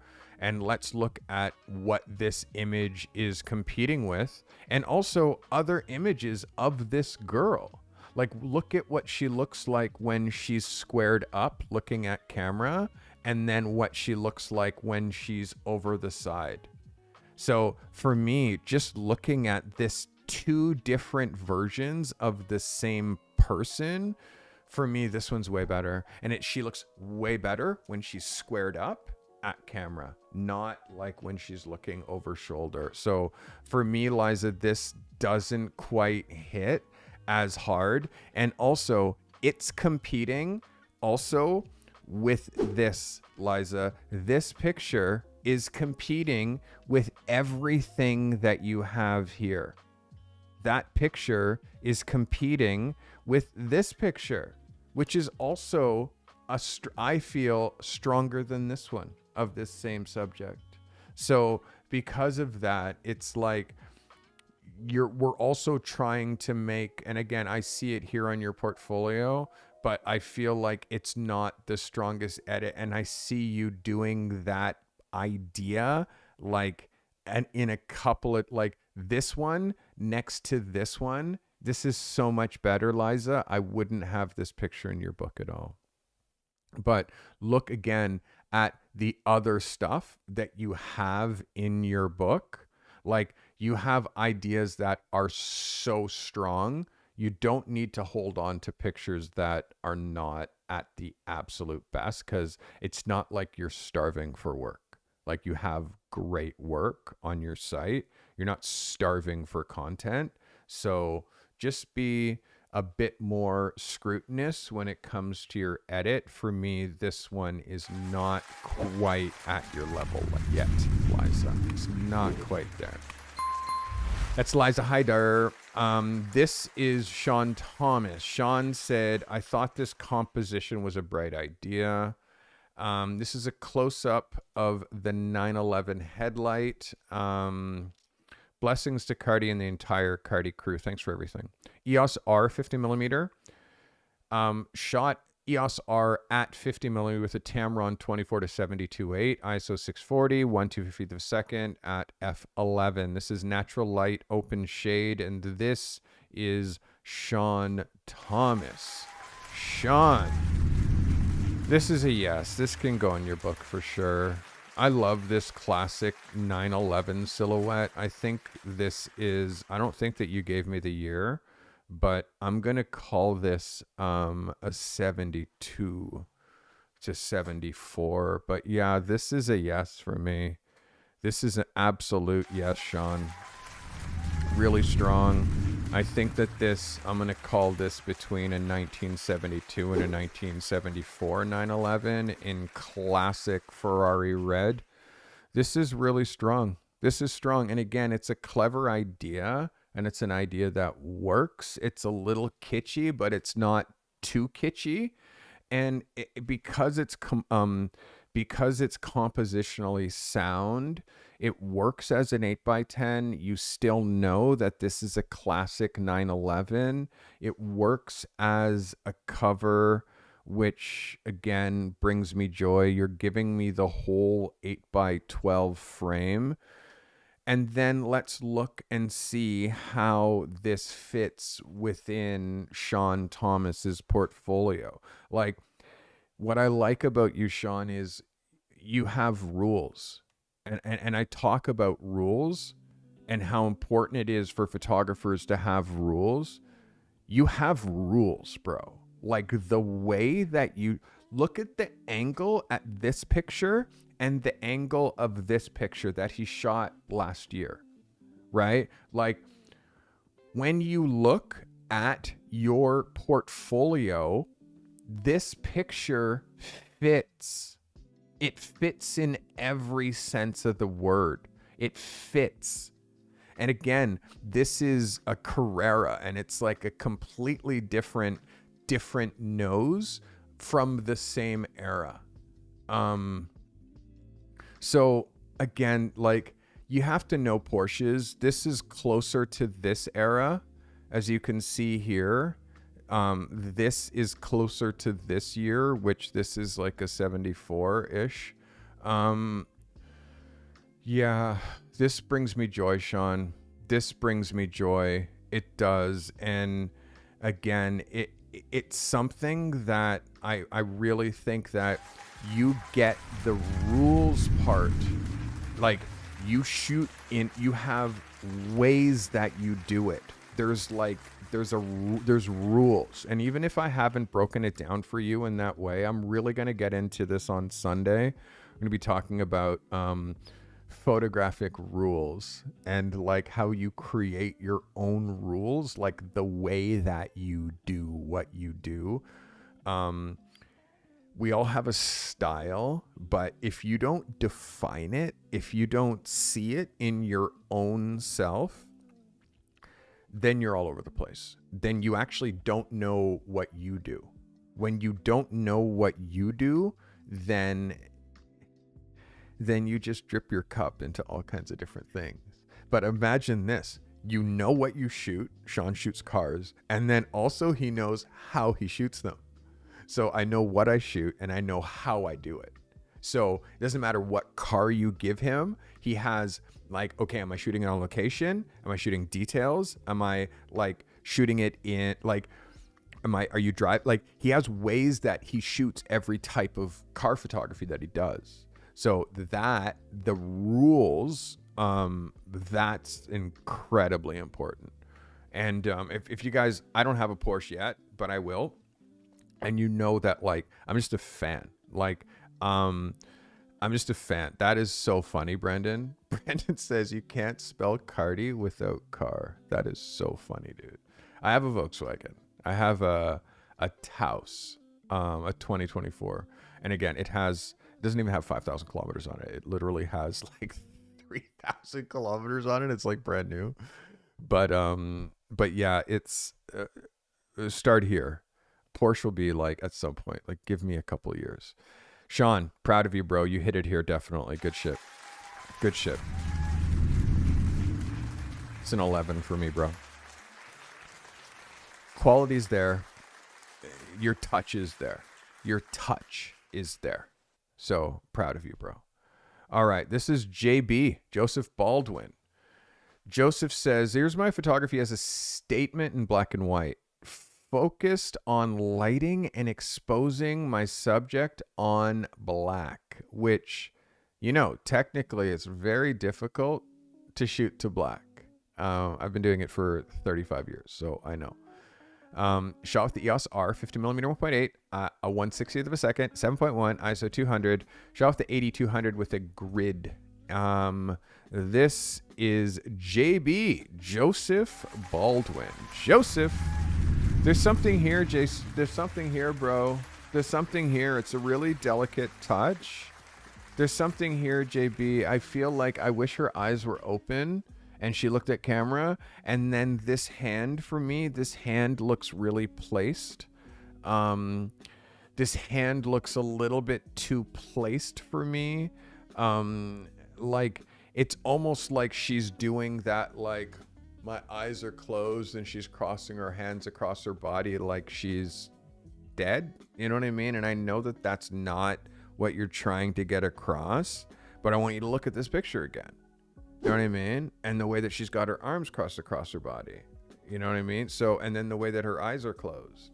So it's like eye contact with this exact, and you're doing negative Rembrandt, which is really, it's really difficult to do this Rembrandt light from here when you're not here shooting. You're shooting from this way. So you have negative, like all I need is this girl's eyes open and looking at camera, and then something different with her hands. Maybe her hands are like above her head. You know what I mean? Like maybe her hands aren't a part of the picture at all. Like, cause again, let me show you if I was to punch in like here.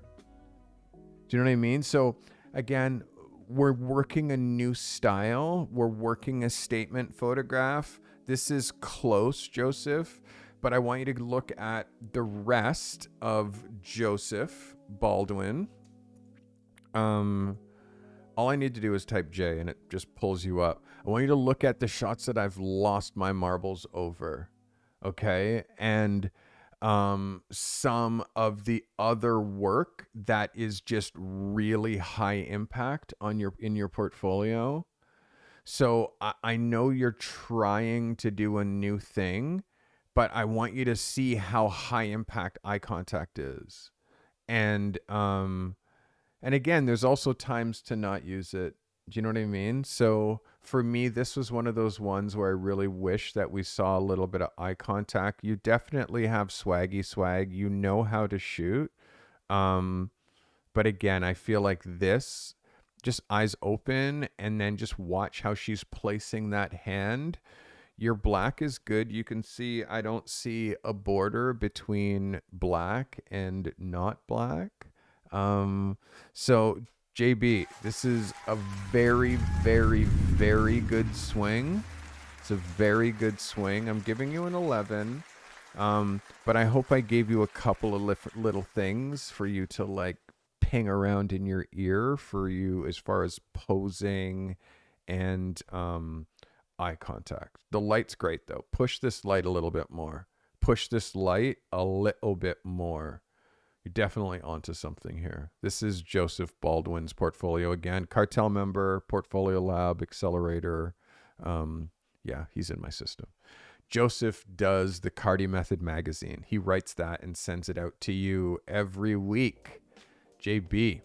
Thanks, Joseph, for submitting. And our last photo of the day is Nick Johnson. Now, I've heard that I might have to look at this picture to decide whether I can show it or not.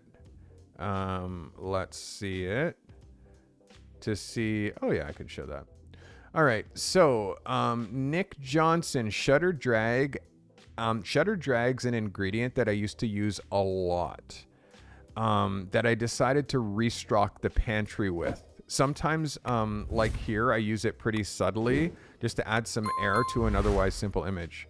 R5 Mark II, 50mm 1.2 ISO 100 f8 at 0.4 of a second, handheld. One strobe in a big ass octabox with grid. Modeling light and room lights left on using camera movement with shutter drag.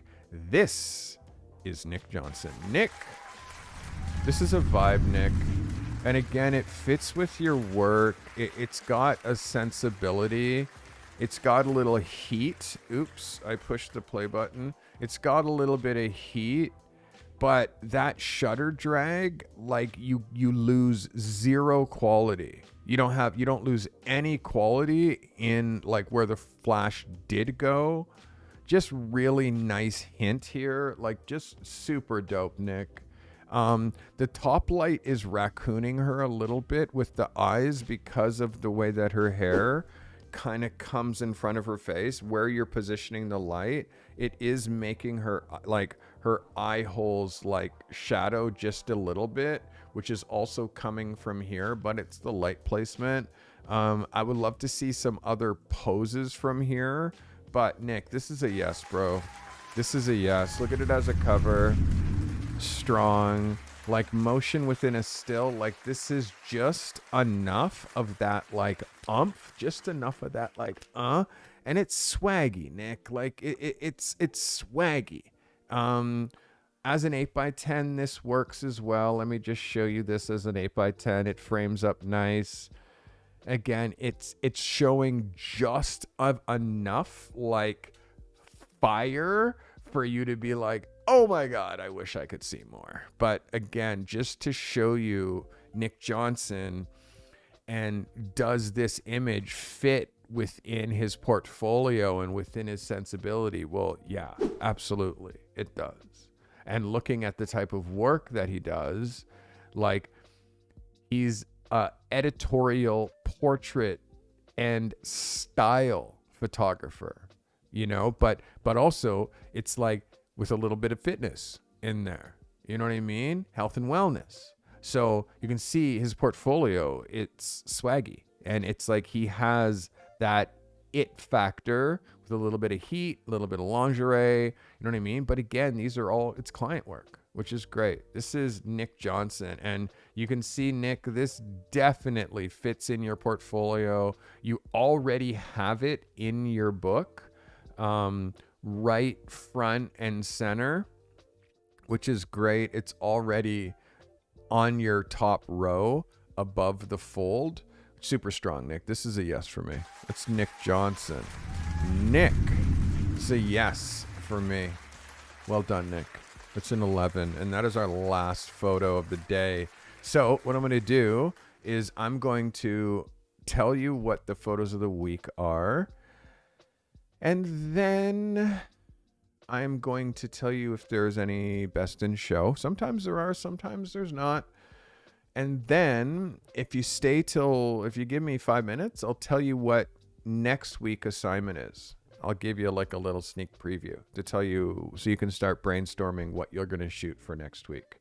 All right. So, shall we start with photos of the week? Yes. Please start with photos of the week, Carty. First photo of the week goes to, very proud of this shooter, brand new, Fedeline Gebel. Fedeline, let's get it on. Your first photo of the week, girl. Let's go, Fedeline. Proud of you. I have high expectations of you now. Very, very good. This is a fantastic photo.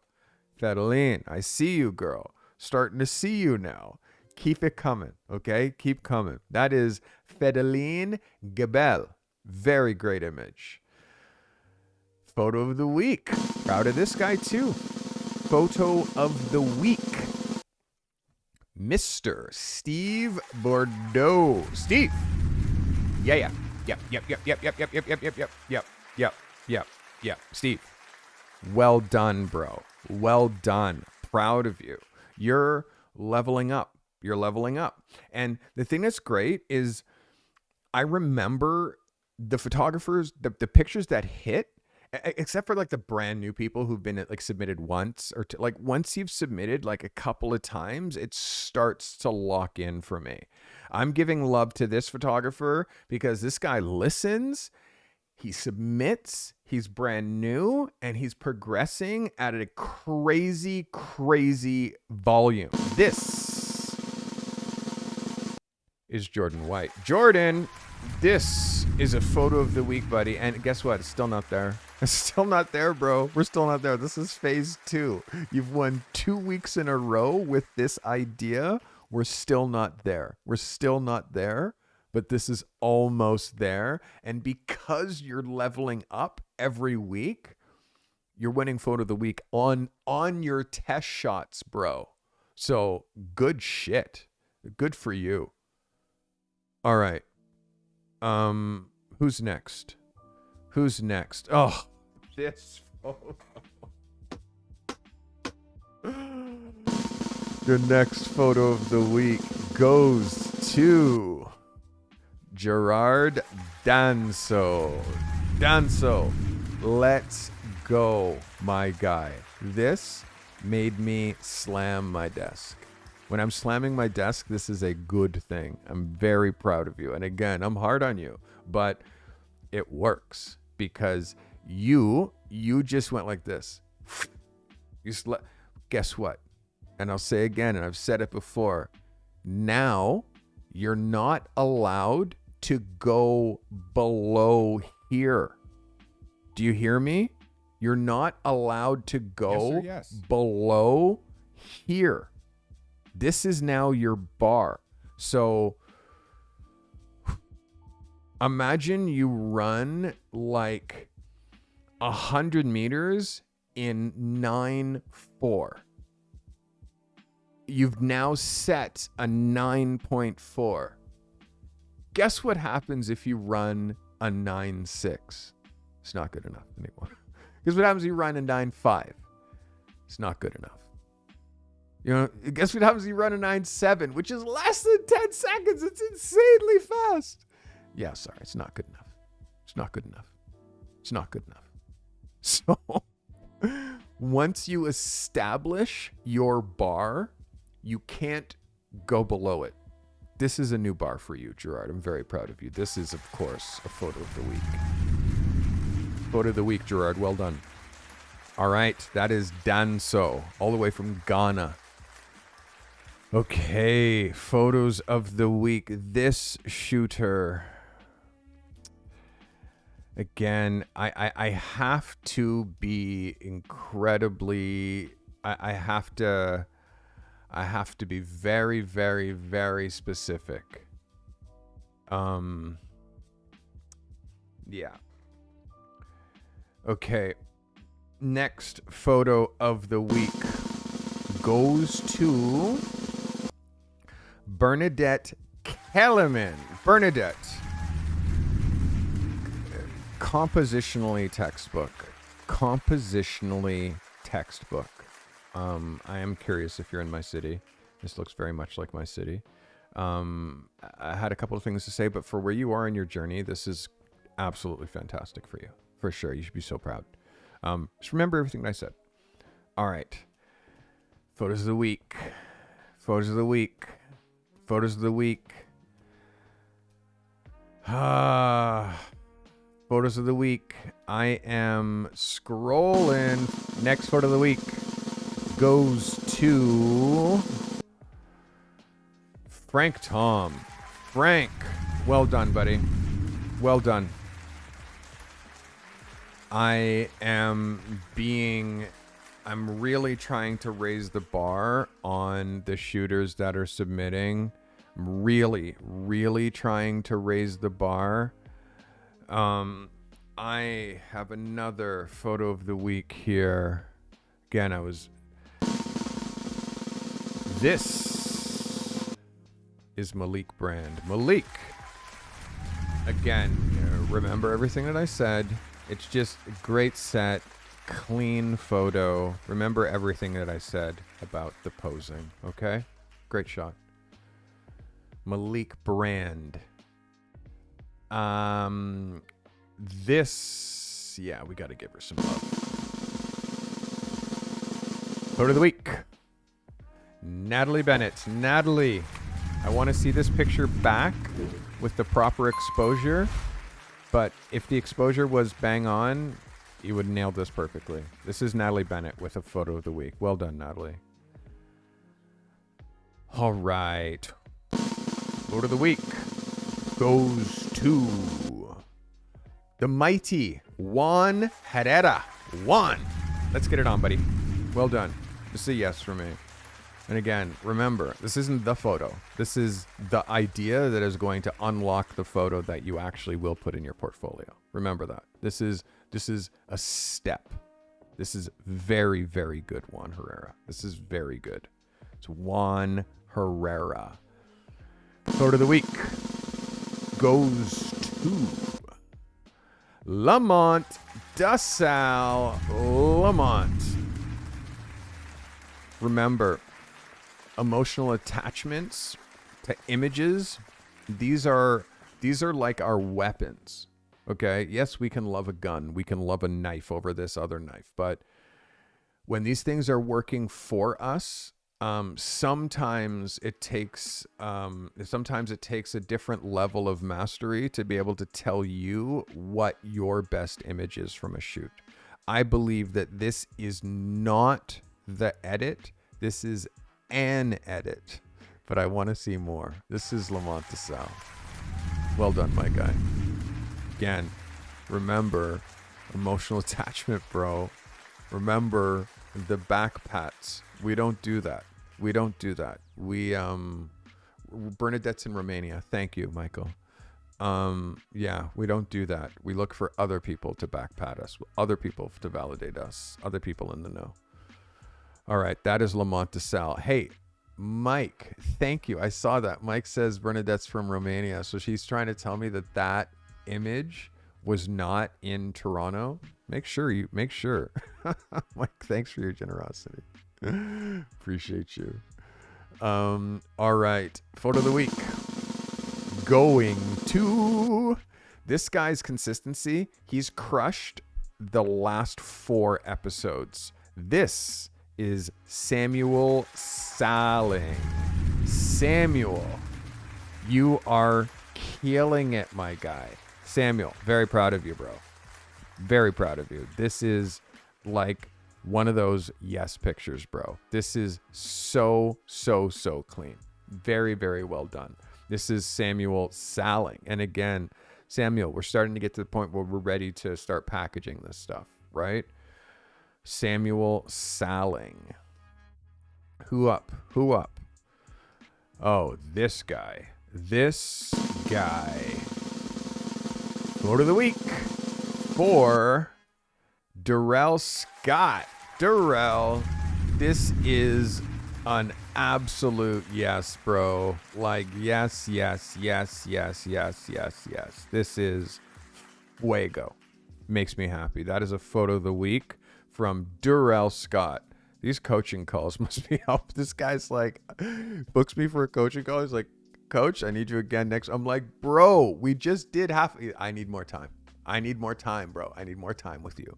So he's like, he wants bi-weekly hours with me. This guy's trying to take up all of my life. But if it's working and if you're producing work like this, Darrell, okay, I'll give you more one-on-one time. All right, on to we have this shooter. His name, you know him as Sean Thomas. This is Autolux Imagery. Sean Thomas with a photo of the week, buddy. Well done. 9/11. I'm guessing 74. 9/11 Porsche. Well done. That's a photo of the week. Sean Thomas. This picture. This picture from Joseph Baldwin is a photo of the week. Joseph, I had a lot to say about this photo, but it's special. It moves me. And I just want you to see the things that I see so we can push through and continually like be growing with our ideas and our photography. You are. And this is, I don't want to call it a divergent, but this is like you adding a new bullet to your gun. I just want you to really utilize eye contact to take this to the next level. That's Joseph Baldwin. And our last and final photo of the week goes to Mr. Nick Johnson. Nick, well done, buddy. Well done, Nick. Very, very well done. So I think today I do have a couple of best in show that I just want to give love to, and there's no such thing as a perfect picture. But what I'll call is like there's perfectly executed pictures.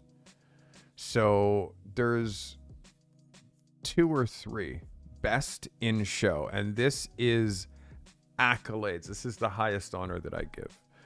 Ladies and gentlemen, your first best in show goes to Fideline Gebel. Fideline, this is best in show. Congratulations. I hold these close to the chest. My best in shows. You deserve it. This is fantastic. That's one best in show. There is, this is, who else gets best in show here today? Who else gets best in show today? I got one more best in show today. Just one. Your last and final best in show goes to, this is Durrell Scott. That's the best in show for me, bro. Well done. Well done, everybody who submitted. Well done, everybody who won photo of the week and best in show. So now you want to know what this week's assignment is. This week's assignment is going to be a banger. And this is the assignment for next Thursday, which is June the 5th. Week 22. Week 22 is reflections.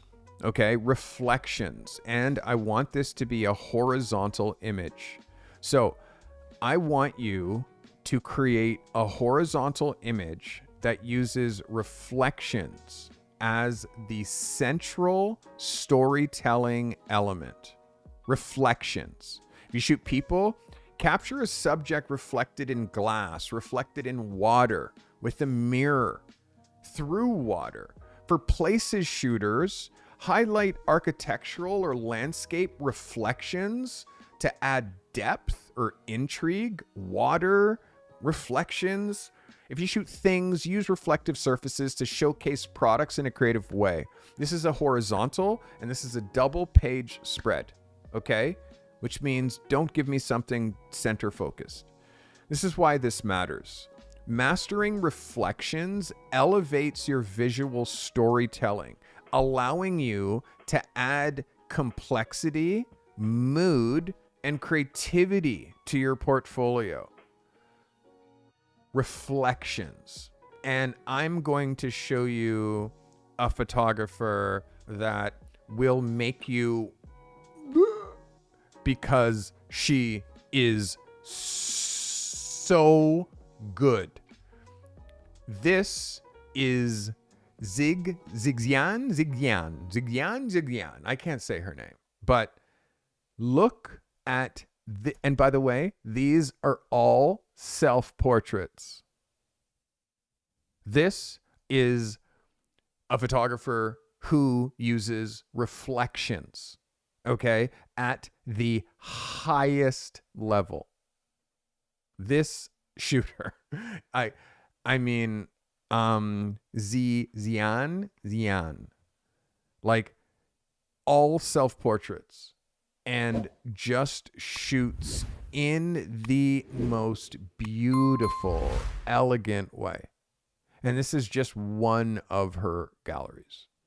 So where we can go when it comes to using reflections, we can go very, very, very far. We actually can go quite far. And I mean, again, how clever she is, how clever her ideas are. We can go really far when it comes to using reflections editorially. And I want you to be like, try hard. Please try hard. Don't just give me something easy. Try hard. Like, do something special. Because again, remember, this isn't for me. This is for you. I am just your coach. That's it. That's all I am. I'm just your coach. So know that you're doing this for you. You're not actually doing it for me. I'm just your feedback loop.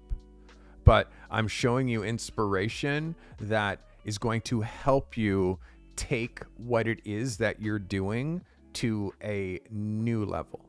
Reflections. If you go to stevecarty.com, I do play around with this a little bit in my portfolio and in my personal work.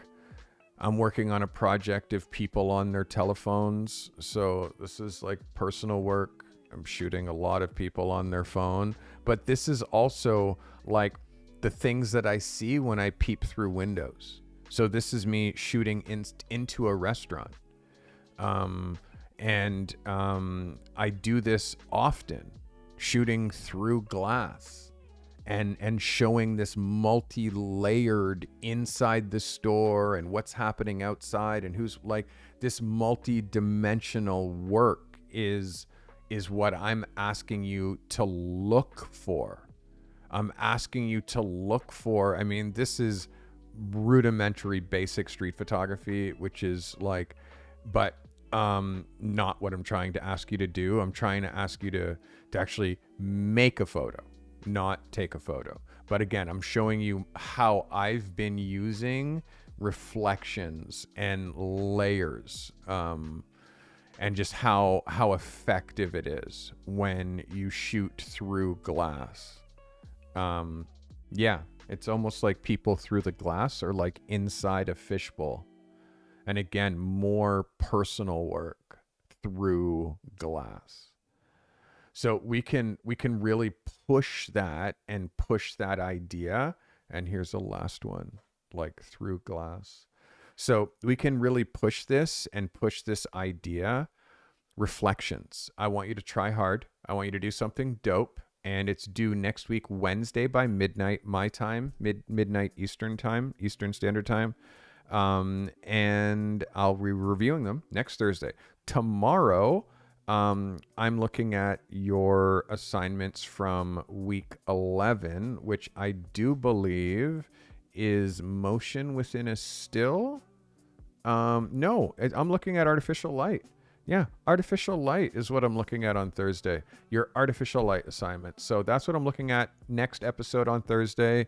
Next week, I am looking at how you interpret the assignment that I just gave you, which is reflections. Yeah, I got it, Courtney. Thanks, bro. Guys, I hope you found this valuable. And also, what else will happen on Sunday? Sunday, I'll start gifting memberships again. Sunday, I'll gift 5 members to the channel if we have the right amount of people. And again, Sunday, we were talking about photographic style and specifically your rules. So make sure that you tune in to Sunday's episode, bruh.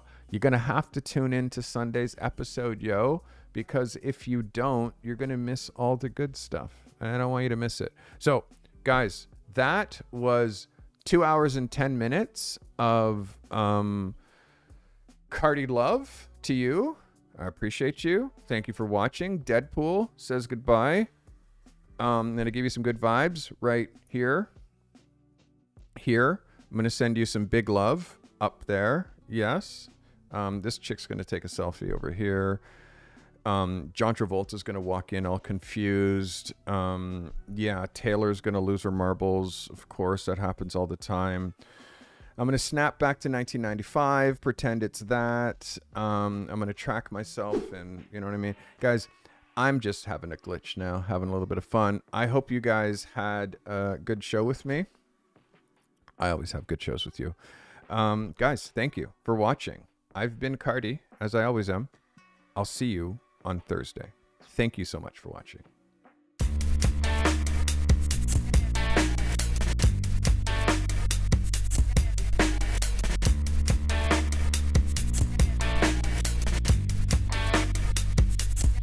I hope you've noticed we've gone back to commercial-free episodes.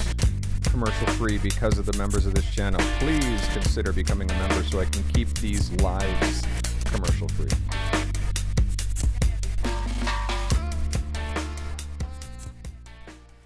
This live stream was brought to you by Pixpa, the best website builder for photographers and creatives, and Indie, the best way to run your freelance business, and by you, the members and subscribers of the Carty Method.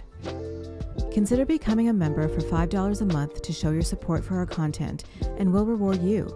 You get members-only content every month, and Carty has the best emojis on YouTube, and you'll get that crown badge next to your name.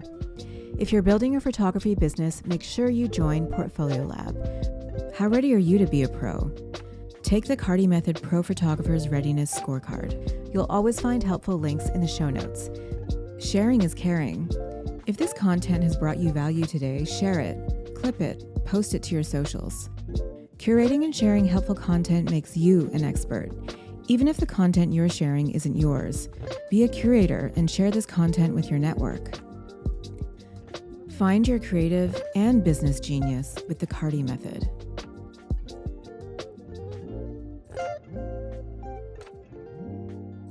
Again, I'm going to thank the members of this channel. I am back to commercial-free content because the member numbers are getting up. Please consider throwing down your $5 to support this live content and also the members-only content I make every month. Appreciate it.